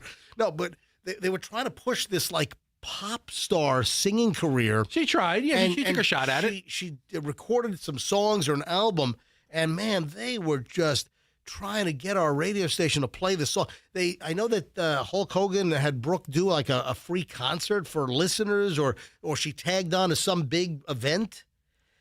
Guess what she's doing now to make money? Now apparently she's talking about selling foot pictures. Okay, hold on. No. You're getting this backwards. No, I'm not getting it backwards. Well, hold on. Brooke Hogan is now saying she's considering selling foot pictures and doing foot fetish modeling. What am I getting backwards? This is from a freaking TMZ. Okay, Brooke Hogan isn't trying to sell feet photos to pay the bills and keep the lights on. Brooke Hogan toys with foot fetish modeling. Because somebody made her aware of her score on WikiFeet. So, but now she's considering monetizing. Where the hell am I wrong on this? I'm not wrong. You didn't do the lead up. It's not like she's doing a grassroots foot doing campaign. The lead up. She's considering selling foot pictures. How's that not the lead up? It's the lead up. I think there's a tongue in cheek and toe in mouth foot joke here. So people, I mean, you're taking it like it's gospel. Like she's sitting here like, okay, this is the financial plan for the rest of 2026. So here's the deal. Piggy picks. I guess unbeknownst to her, some sicko weirdo foot fetish people took pictures of her feet, uploaded it to Wikipedia, or what do they call it? Okay. WikiFeet. Right, you're talking about this in a very, very derogatory fashion? It's WikiFeet. Okay. It's a legitimate website. Okay. And not everybody is a creep who's on it. So apparently Brooke Hogan found out that she has a very high score on WikiFeet. She does have a high score. And now she's talking or toying with potentially now monetizing it by actually, I think it's selling her feet pics. I think it's a joke. I don't know. Yeah, I don't think Brooke's going to open up. Apparently, Brooke has a 4.97 out of a possible 5 on WikiFeet. I mean, one time we got to start WikiWang. No. Okay. WikiWang. WikiWang. See if it's available. See if it's available. WikiWang. Yeah, let's do the homework first. See, WikiWang. Let's not give up a good name first. Well, we just did. We just broadcast it. Anyway, I don't know if she's tongue in cheek on this or whatever. Fester's on. Go to GoDaddy. GoDaddy, yeah. Go to GoDaddy. WIKIWANG. WikiWang is WikiWang.com. Is that available? WikiWang is. Oh no. Oh, it's taken. How the hell? I just made that up. How does somebody have WikiWang? I can't believe somebody thought of making a Wikipedia of wieners WikiWang before us. WikiWang. Who has that? Let's see if Wienerpedia is available. Wienerpedia. All right. But yeah, it's because somebody told her high score on WikiFeet. All right. So we got to talk about UFOs. Oh, if you're addicted to your phone, there's some new contraption you got to hear about. The planetary alignment, including Uranus. We got to get to. Oh, Michelle, do you know about the Duncan gloves? No. Oh, you got to hear about the Duncan gloves. I want to see you on the slopes of Vail if they ever get snow again. I think, are they getting snow now? I mean, you had that avalanche out in Lake Tahoe, so are they starting to get snow out west? I haven't looked in a while. All right, when we get back, final chunk, MJ Morning Show is on. Obviously, I just teased a bunch. A lot more is coming up. Long chunk, MJ Morning Show. Before we head out for the weekend, we got a nice 20-minute plus chunk next here on the MJ Morning Show on Q105 104.7 FM. Stand by. You want a miracle? You want a miracle with your car buying? Well, head to Miracle Toyota out in Polk County in Haines City. Let me tell you why Miracle Toyota. And also, I would like to enlist all of our Polk County friends. If you are and listen, this is beneficial to the MJ Morning Show because it shows that, we pack a punch. And we do. In Polk County, we've got a lot of Polk County listeners on this show. So if you're looking for a Toyota car, truck, or SUV, head to Miracle Toyota. You're in Lakeland, go shop at Miracle Toyota in Haines City and tell them that MJ sent you. All right, you're going to get a phenomenal deal. And listen, I want the folks out in Haines City to know that the MJ Morning Show is showing some serious love at Miracle Toyota. Always great deals, great promotions. They're going to treat you well. Service department's fantastic. It's a family-run operation. I know Mike Murphy, the owner of Miracle Toyota. It's part of Miracle Automotive, and he lives in my neighborhood. He's a great guy, family guy. They just know how to treat customers well. It's Miracle Toyota in Haines City. And please go there and tell them that MJ sent you. If you're making a move, the last thing you want is added burdens and stress. The last thing you want is a big problem. And how do you eliminate big problems when moving? You get a hold of my friends at Two College Brothers Moving and Storage, twocollegebrothers.com. Now, don't be confused. You've got other college things floating around out there. You want twocollegebrothers.com. Get the move that you deserve. Don't get ripped off. Get a great quote that they'll bind, that they're not going to move from. There are horror stories where people will hire a mover, they get lowballed, and then they jam up the price mid-move and then threaten you, oh, we'll dump it right here in the street, or they lock your crap up in the truck. They won't unload until you pay them more money. That's never going to happen with Two College Brothers. twocollegebrothers.com. Mention me, MJ, get free moving boxes. twocollegebrothers.com, the smartest move you will ever make. The Air Rescue folks are here to fix your air conditioning, your heating. Whatever you need when it comes to HVAC, it's Air Rescue, a name that's been in the Tampa Bay area for over 70 years. That is a long time. So Air Rescue is also the home now of Plan B air conditioning. So they've changed the name Plan B, and they folded it into Air Rescue. So they were two separate companies working separately but under the same ownership, and now they've consolidated. So whenever you needed air conditioning and heating in the past, it was Plan B. Now it's Air Rescue. Same ownership, great honesty, integrity. Nothing's changed. The great technicians. You mentioned me, MJ, they'll give you 10% off. If you need a new system like a Daikin, 0% financing now on high-SEER systems. If they're not there when they say they're going to be there, they wipe off the diagnostic fee. They comp that. airrescue.com and tell them that MJ sent you. The Kemp Law Group. Stacy Kemp has put together an impeccable team to work you through the horrors of a car crash or a slip and fall. If you've been hurt, for instance, at a store through no fault of your own, they're just freaking negligent. In fact, they ought to just name the place like Negligent City. Hey, where you going shopping, hon? I'm going to Negligent City. If you slip and fall, if you've got a parking lot pothole that you walk into and you twist your ankle or break your ankle, you get a hold of the Kemp Law Group. If you're in a car wreck, somebody runs a red light and T-bones the hell out of you. If you're rear-ended by some clod that's on their phone doing everything but driving, you call the Kemp Law Group. They know the court system. They know the negotiation. You don't pay a dime until they recover for you. Accident or fall, you call Kemp Law and tell them that MJ sent you. Traffic's on 927 MJ Morning Show, back in just a minute. In Hillsborough, we have another act.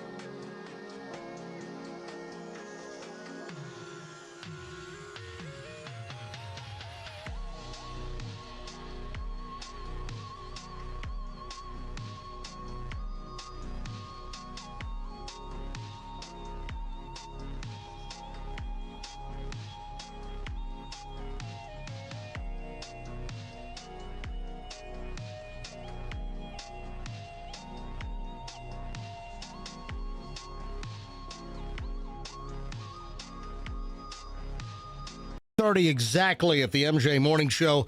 And the final chunk, and it's a long chunk. Michelle, what do you get? Oh, Michelle's going for the Grill Smith chicken pasta carbonara. Is that a carbonara? Yeah, chicken carbonara. Yeah, oh, look at that. Oh, it says, is that a spaghetti in there? Yeah, so it's a carbonara. Yeah, Julian was here, but he's up at school. Julian is a carbonara nut. All right. Yeah. So what do you have, MJ? You know, we were going to go for, this is lunch and dinner, Michelle. We're covered. We can watch Frankenstein. Yes. Oh, what's the movie I want to go to see? Julian said we got to go see, is it Crime 101? I think that's what it's called. You know what? Can we go to let's go to Crime. Julian, obviously a film student at NYU. He goes to as many movies as possible. So he sent us a text. You got to go see Crime 101. What is it? What is Crime? Can you just look it up quickly? And it's a movie? I know it's a movie. I didn't say it like it's a movie. I said it like it's a movie.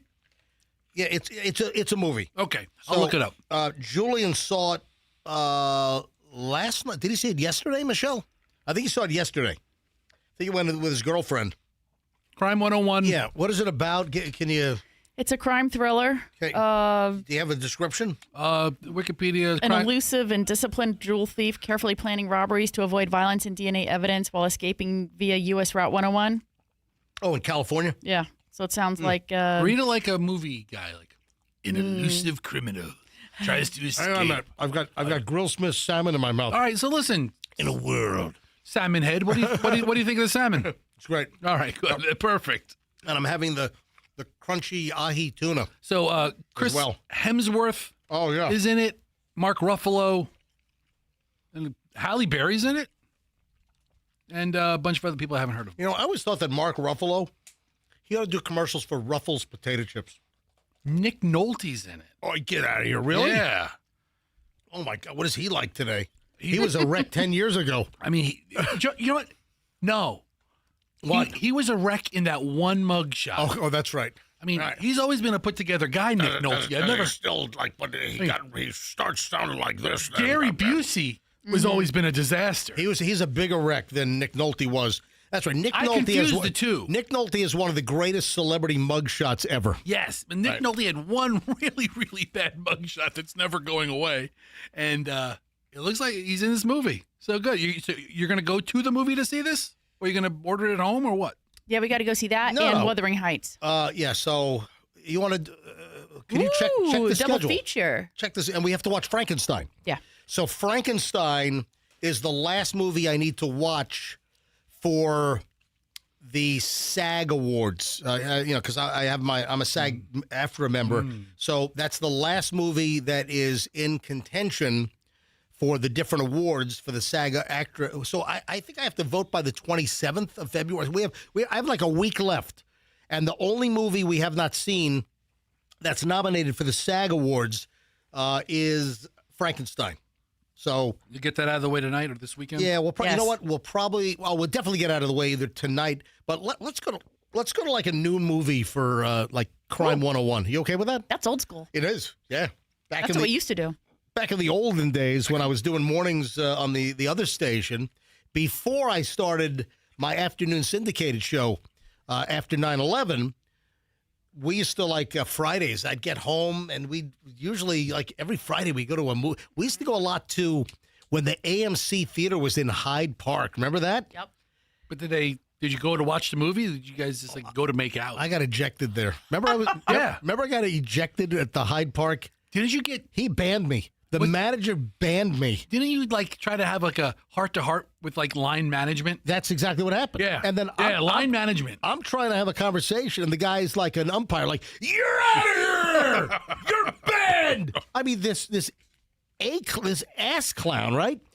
So, what year was that, Michelle? About what year was my altercation at the AMC Hyde Park Theater? I think it definitely was pre-Chloe. Yep. And we had friends with us, which was really embarrassing because they were in 2000? line. No, probably even earlier than that. So this is before online tickets. Yes. This is before smartphones and apps and buying your ticket online. So they had a massive line. It was like a Friday or Saturday night. Do you remember the friends we were with? Who were we with? Chuck and Barry. Oh, it was Dr. Sloanum. So we went to see some movie, and we're in Hyde Park, and the line is ridiculous. And so they had multiple box office windows. You had to go up and buy the tickets. Yes, this is the time you had to go up, stand. You had to stand in line. You had to buy the ticket. So we're in line, and the line is ridiculous. The line, didn't they have like an Ann Taylor store like around the corner? I think it was. I think they had an Ann Taylor clothing store. So the line was to the box office all the way back to the curb on Swan, and then it went more towards Hyde Park, toward the the main. It was a long line for the movie, and it was all the way down the street. And they had one person. They had like 3 windows, and one person was working the window. And we were there like 20 minutes ahead of time, and we weren't going to make it. It's like, what's going on here? We're going to miss the start of the movie. So I'm like, all right, let me see what's going on here. Let me see if I can't help out a little bit. So I walk up, and because I did notice they only had one window open. So I walk in, and, you get the ticket taker, you get the usher, whatever. And I'm like, is the manager around? And the manager, comes out, and he said, yeah, what's the problem? I'm like, the problem is this line is massive. We have this movie starting shortly. You have a line around the corner for the box office, and you have one person that's working. Okay, I'll look into it. I'm like, no, you need to open up more windows now to help this line because the movie is about to start. And then he's like, how about you don't tell me how to run the theater? Yeah, how about you don't tell him? Do you remember that? Yes, I think those were his exact words. His words were like, how about you tell me not how to run the theater? I'm like, how about you get your fat butt? I remember he was a fat guy. He was a pudgy guy. You said he was pudgy. He pissed me off. I'm like, how about you get your fat ass in the box office, and how about you do some work and you start selling tickets to these people? How about you open up all the windows on a Friday night? So the guy said, you're out of here. The guy said, you know what, mister? You just bought yourself an ejection. So I said, what do you mean? You're not coming in. You're banned. So and I remember I told the story on the air years ago. And I think like the district manager of AMC called me up, and honestly, they tried to smooth things over. The ejection was actually a better story for the radio than the actual movie would have been. I can't remember what movie it was. You really fell up on that story. I have no idea what the movie was. But man, the guy, he banned me. Anyway, there was no ban. But they're going to put my picture up at the box office. Do not let this guy in. Do not sell this guy tickets. Don't let Mr. Know-It-All, Mr. Line Management guy in. Don't let Mr. Let me do my job. You don't know how to run a movie theater. Listen, I might not know how to run a movie theater, but I know that if you have a Friday night line all the way around the corner and you got one 16-year-old girl selling tickets, you might want to open up the other windows. I mean, it seems like it'd be on page 1 or 2 of a movie theater management book. So the dude banned me. You're out of here. I mean, the whole thing. So, and you know what? I think I held a grudge against AMC for a while, didn't I? You did. We wouldn't go for a long time. Yeah, I held an AMC grudge. You were a Regal guy for many years. And what was the one at in Ybor, Centro Ybor? Was that Movie Co. or what was that one called? I don't even remember. Yeah. We went to the Brandon Theater a couple times. That's where we saw The Mummy, I think. Well, I thought that's AMC too out in Brandon. Then it must have been before you got ejected. Anyway, Michelle and I will probably end up at an AMC theater. Can you check showtimes? Yeah, Julian just texted me. When? I have a movie theater booker. Oh, so he's listening? Yes. All right. So what's the earliest we can go see Crime 101? 2:30. That's the earliest? Yeah. Why that? Nothing later? Or I'm sorry, nothing earlier? It's not a 11 a.m. or a noon? No. All right. And which one? Is that West Shore or is that Veterans? West Shore. Oh, so it's close by. Yeah. It's close by the house. We can walk. Yes, let's walk. Didn't they have a fire at West Shore? They did. Yeah, the mall, the movie theater? Yeah, there was a fire. Recently? A big blazing fire in the back of the concession stand. But did they have to shut down for like the day or look it up? Tell me when it happened. All I know 2 is weeks ago. Yeah, there were people that were like in line for popcorn, and this one lady yells, "Oh Lord Jesus, it's a fire!" Right. So, do you have it? Yeah, I think there's language on this. It's a 9-second video from inside the AMC. People are walking out through all this smoke. Yeah, I'm not going to play if we don't have it censored. I'm not going to play it. Yeah, but it's out there. Did you find? Did any news outlets cover this? I don't think this made the news. But I see it on Reddit. So what was the date on this thing? 2 weeks ago. So 2 weeks ago, the concession stand, the snack bar at AMC West Shore caught on fire. Maybe February 8th, 9th, somewhere around there. Let me tell you right now, West Shore Plaza is already down on their luck. The last thing they need is a fire now. The last thing they need is, what's her name, Sweet Brown? Yeah. Look at all the smoke. Yeah. Oh, yeah. This is bad. Oh, Lord Jesus, it's a fire. Oh, my God. AMC, it's a... Oh, Lord Jesus. Oh, Lord Jesus, it's a fire. It looks like a grease fire in the popcorn machine. Yeah. Oh, it is the popcorn machine. You got to clean those things, man. Yeah. So is there actual flames? Or is it just smoke? I don't see flames. I see a lot of smoke, but I don't see flames. But there was an incident. When there's smoke, there's fire. Yeah. All right, so I guess we're going to see Crime 101. So did they kick everybody out of the theater? Like if you're in the middle of a movie? Oh, like the smoke detector going off, you know? What if you're like watching like the worst horror film? Like, and I mean worst in a good way. It's like so scary, and you're on the edge of your seat, and then the fire alarm goes off. Boom. You're scared spitless. Yeah.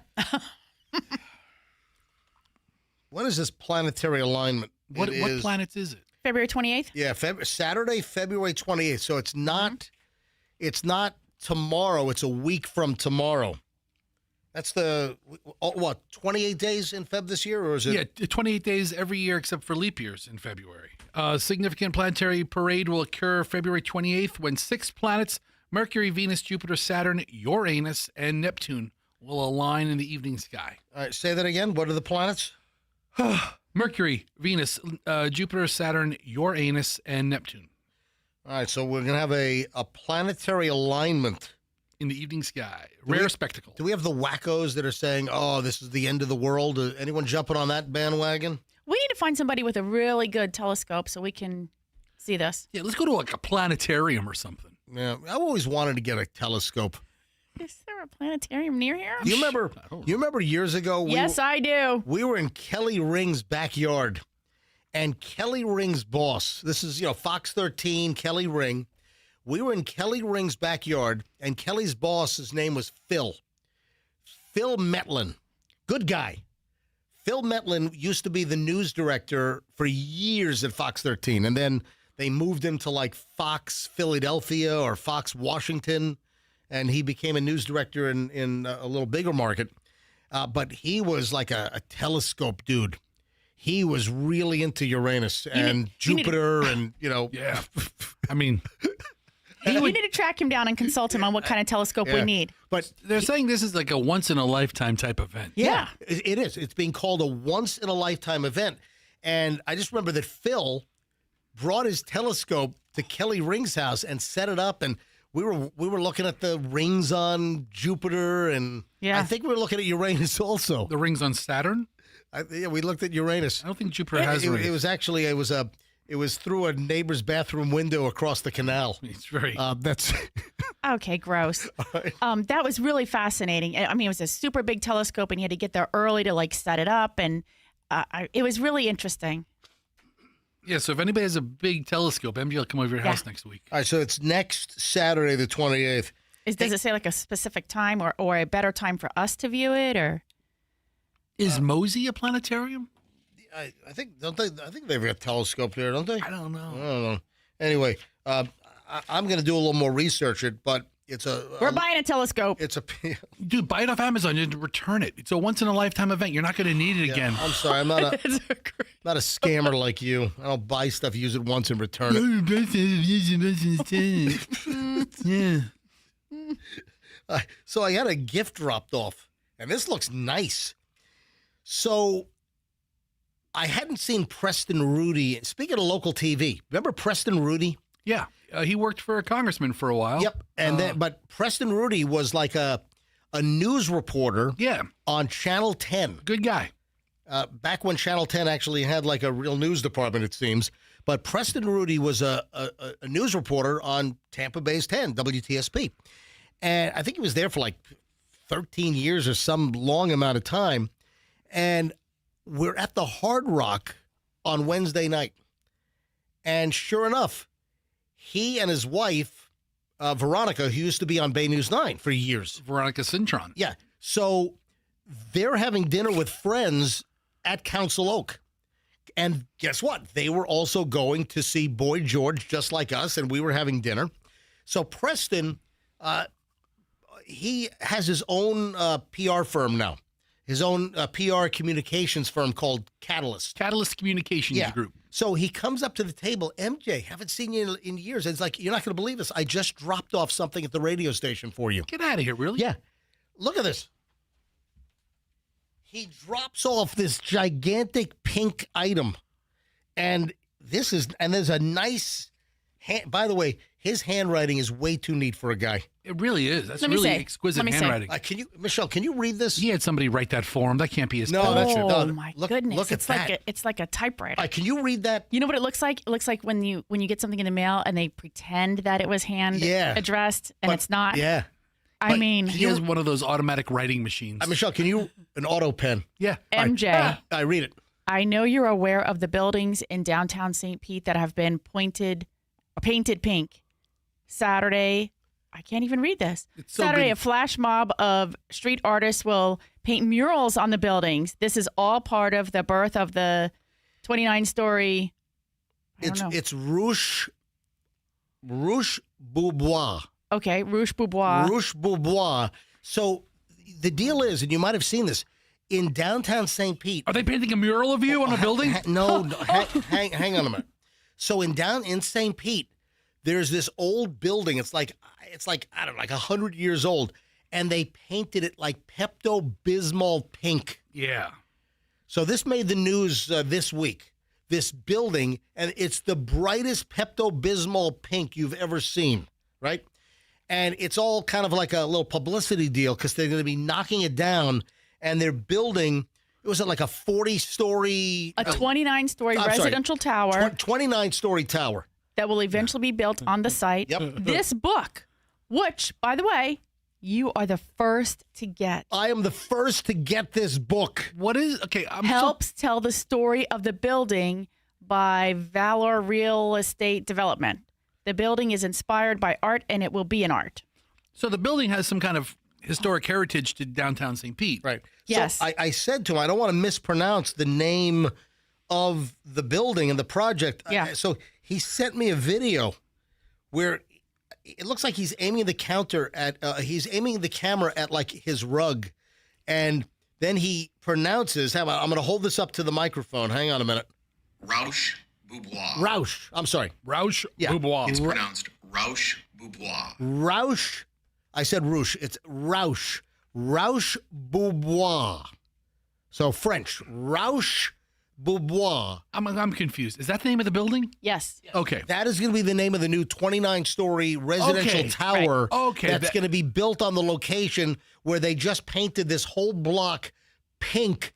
And then all kinds of artists are going to come in and paint murals now on top of the pink building. So there's going to be all kinds of downtown St. Pete art. Is like Mural City, USA. It's like every corner is an art exhibit. So he drops off. This thing weighs like 10 pounds. It looks so lovely. I can't wait to open it. It's a massive book on this Rouge Boubois Tower project for downtown St. Pete. And I'm the first to receive this.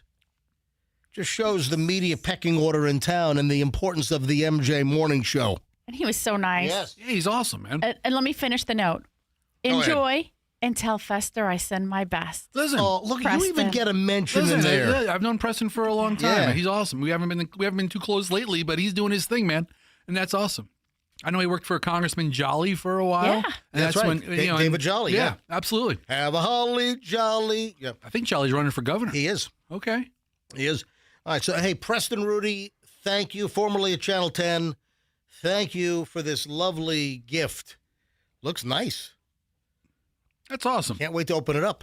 Got to get my white like estate gloves on, you know, I'll tell you, to open this. So You really do, because you'll muck it up so quickly. I'll have chocolate smudge marks in this thing in 10 seconds. You're not opening it up after you're eating ribs over here. Forget about it. Oh, yeah. So Grillsmith has a whole tray of ribs and pasta. That's also good. Yeah, let me go get some ribs and then read the book. No, I'm not going to do that. Yeah, Preston didn't drop a book off for me because he knows I'm really just a functioning illiterate. I can't read. I think it's a lot of pictures in I there, can't read. though. I can't. No. Yeah. That's awesome, man. Yeah. So I do appreciate it. Hey, speaking of food, it's 9:50. I got to economize our time here because we're almost done with the show. So do you remember the iguana freeze? And do you remember the pizza shop over on the other side of the state was serving iguana pizza? Yeah. Yeah, apparently, they're in trouble now. Ooh. Why? I mean, can you not harvest iguana meat and serve it at restaurants? I thought that's what some people were doing because... Big backlash. Oh. Backlash. Yeah, Florida pizzeria facing backlash for adding iguana pizza to the menu during the cold snap, where the iguana is mostly south of us. You know, Miami-Dade, Broward, even down like Collier County and Lee County. So we really don't have the iguana mass invasion up here in the Tampa Bay area. But warning, folks, it is moving this way. The iguana invasion is heading north. And I have a contractor that I know that was saying that they were working in Sarasota and they were like these iguanas. So they are moving up here. My parents are in Fort Lauderdale and they're eating all my parents' like plants and fruit and they're all over. I put that video up on my Instagram. We're in a CVS parking lot in downtown Fort Lauderdale and there are like 13 giant iguanas. It's illegal to put like a silencer on like a 22, right? And just walk on your own property and just like. Yeah, so Buck's Coal-Fired Pizza in North Palm Beach is now going to stop offering iguana as a pizza topping after they got a whole bunch of complaints to the health department. Was it really iguana? Like, I thought it was like this. Apparently it was. Okay, I saw the video and I'm like, okay, come on, this is like some kind of like, pepperoni or something. I thought the same thing. No, it really was. The restaurant put out a viral video, I guess, with tens of thousands of likes showing pieces of large lizards being tossed into a cheesy dough and then thrown into the pizza oven. Viral idea. Anyway, Buck's Coal-Fired Pizza will now stop offering the topping due to complaints to the health department and concerns over animal cruelty. Dude, they kill all those iguanas that they collect. Yeah, but at least eat it. Yeah. Put it to good use. I wouldn't pander to the man if I was at Buck's place. I mean, they're really nuisance creatures. And apparently they're delicious. Yeah. Tastes like chicken. Just like it. So, I mean, people get so freaking bent out of shape. I mean, my God. All right, with that, we're going to call it a day. I'm just trying to, was there anything else that there's always tons of crap I didn't get to. Yeah, I'm looking at man, it's just, I can't squeeze it all in. It's just impossible. All right, folks, have a phenomenal weekend. We'll see you back here, Monday morning, MJ Morning Show on Q105. Give me a follow on Instagram. I'm sure I'm going to be posting stuff over the weekend. Certified MJ Radio. We'll see you back here, MJ Morning Show, Q105, and let's be careful out there.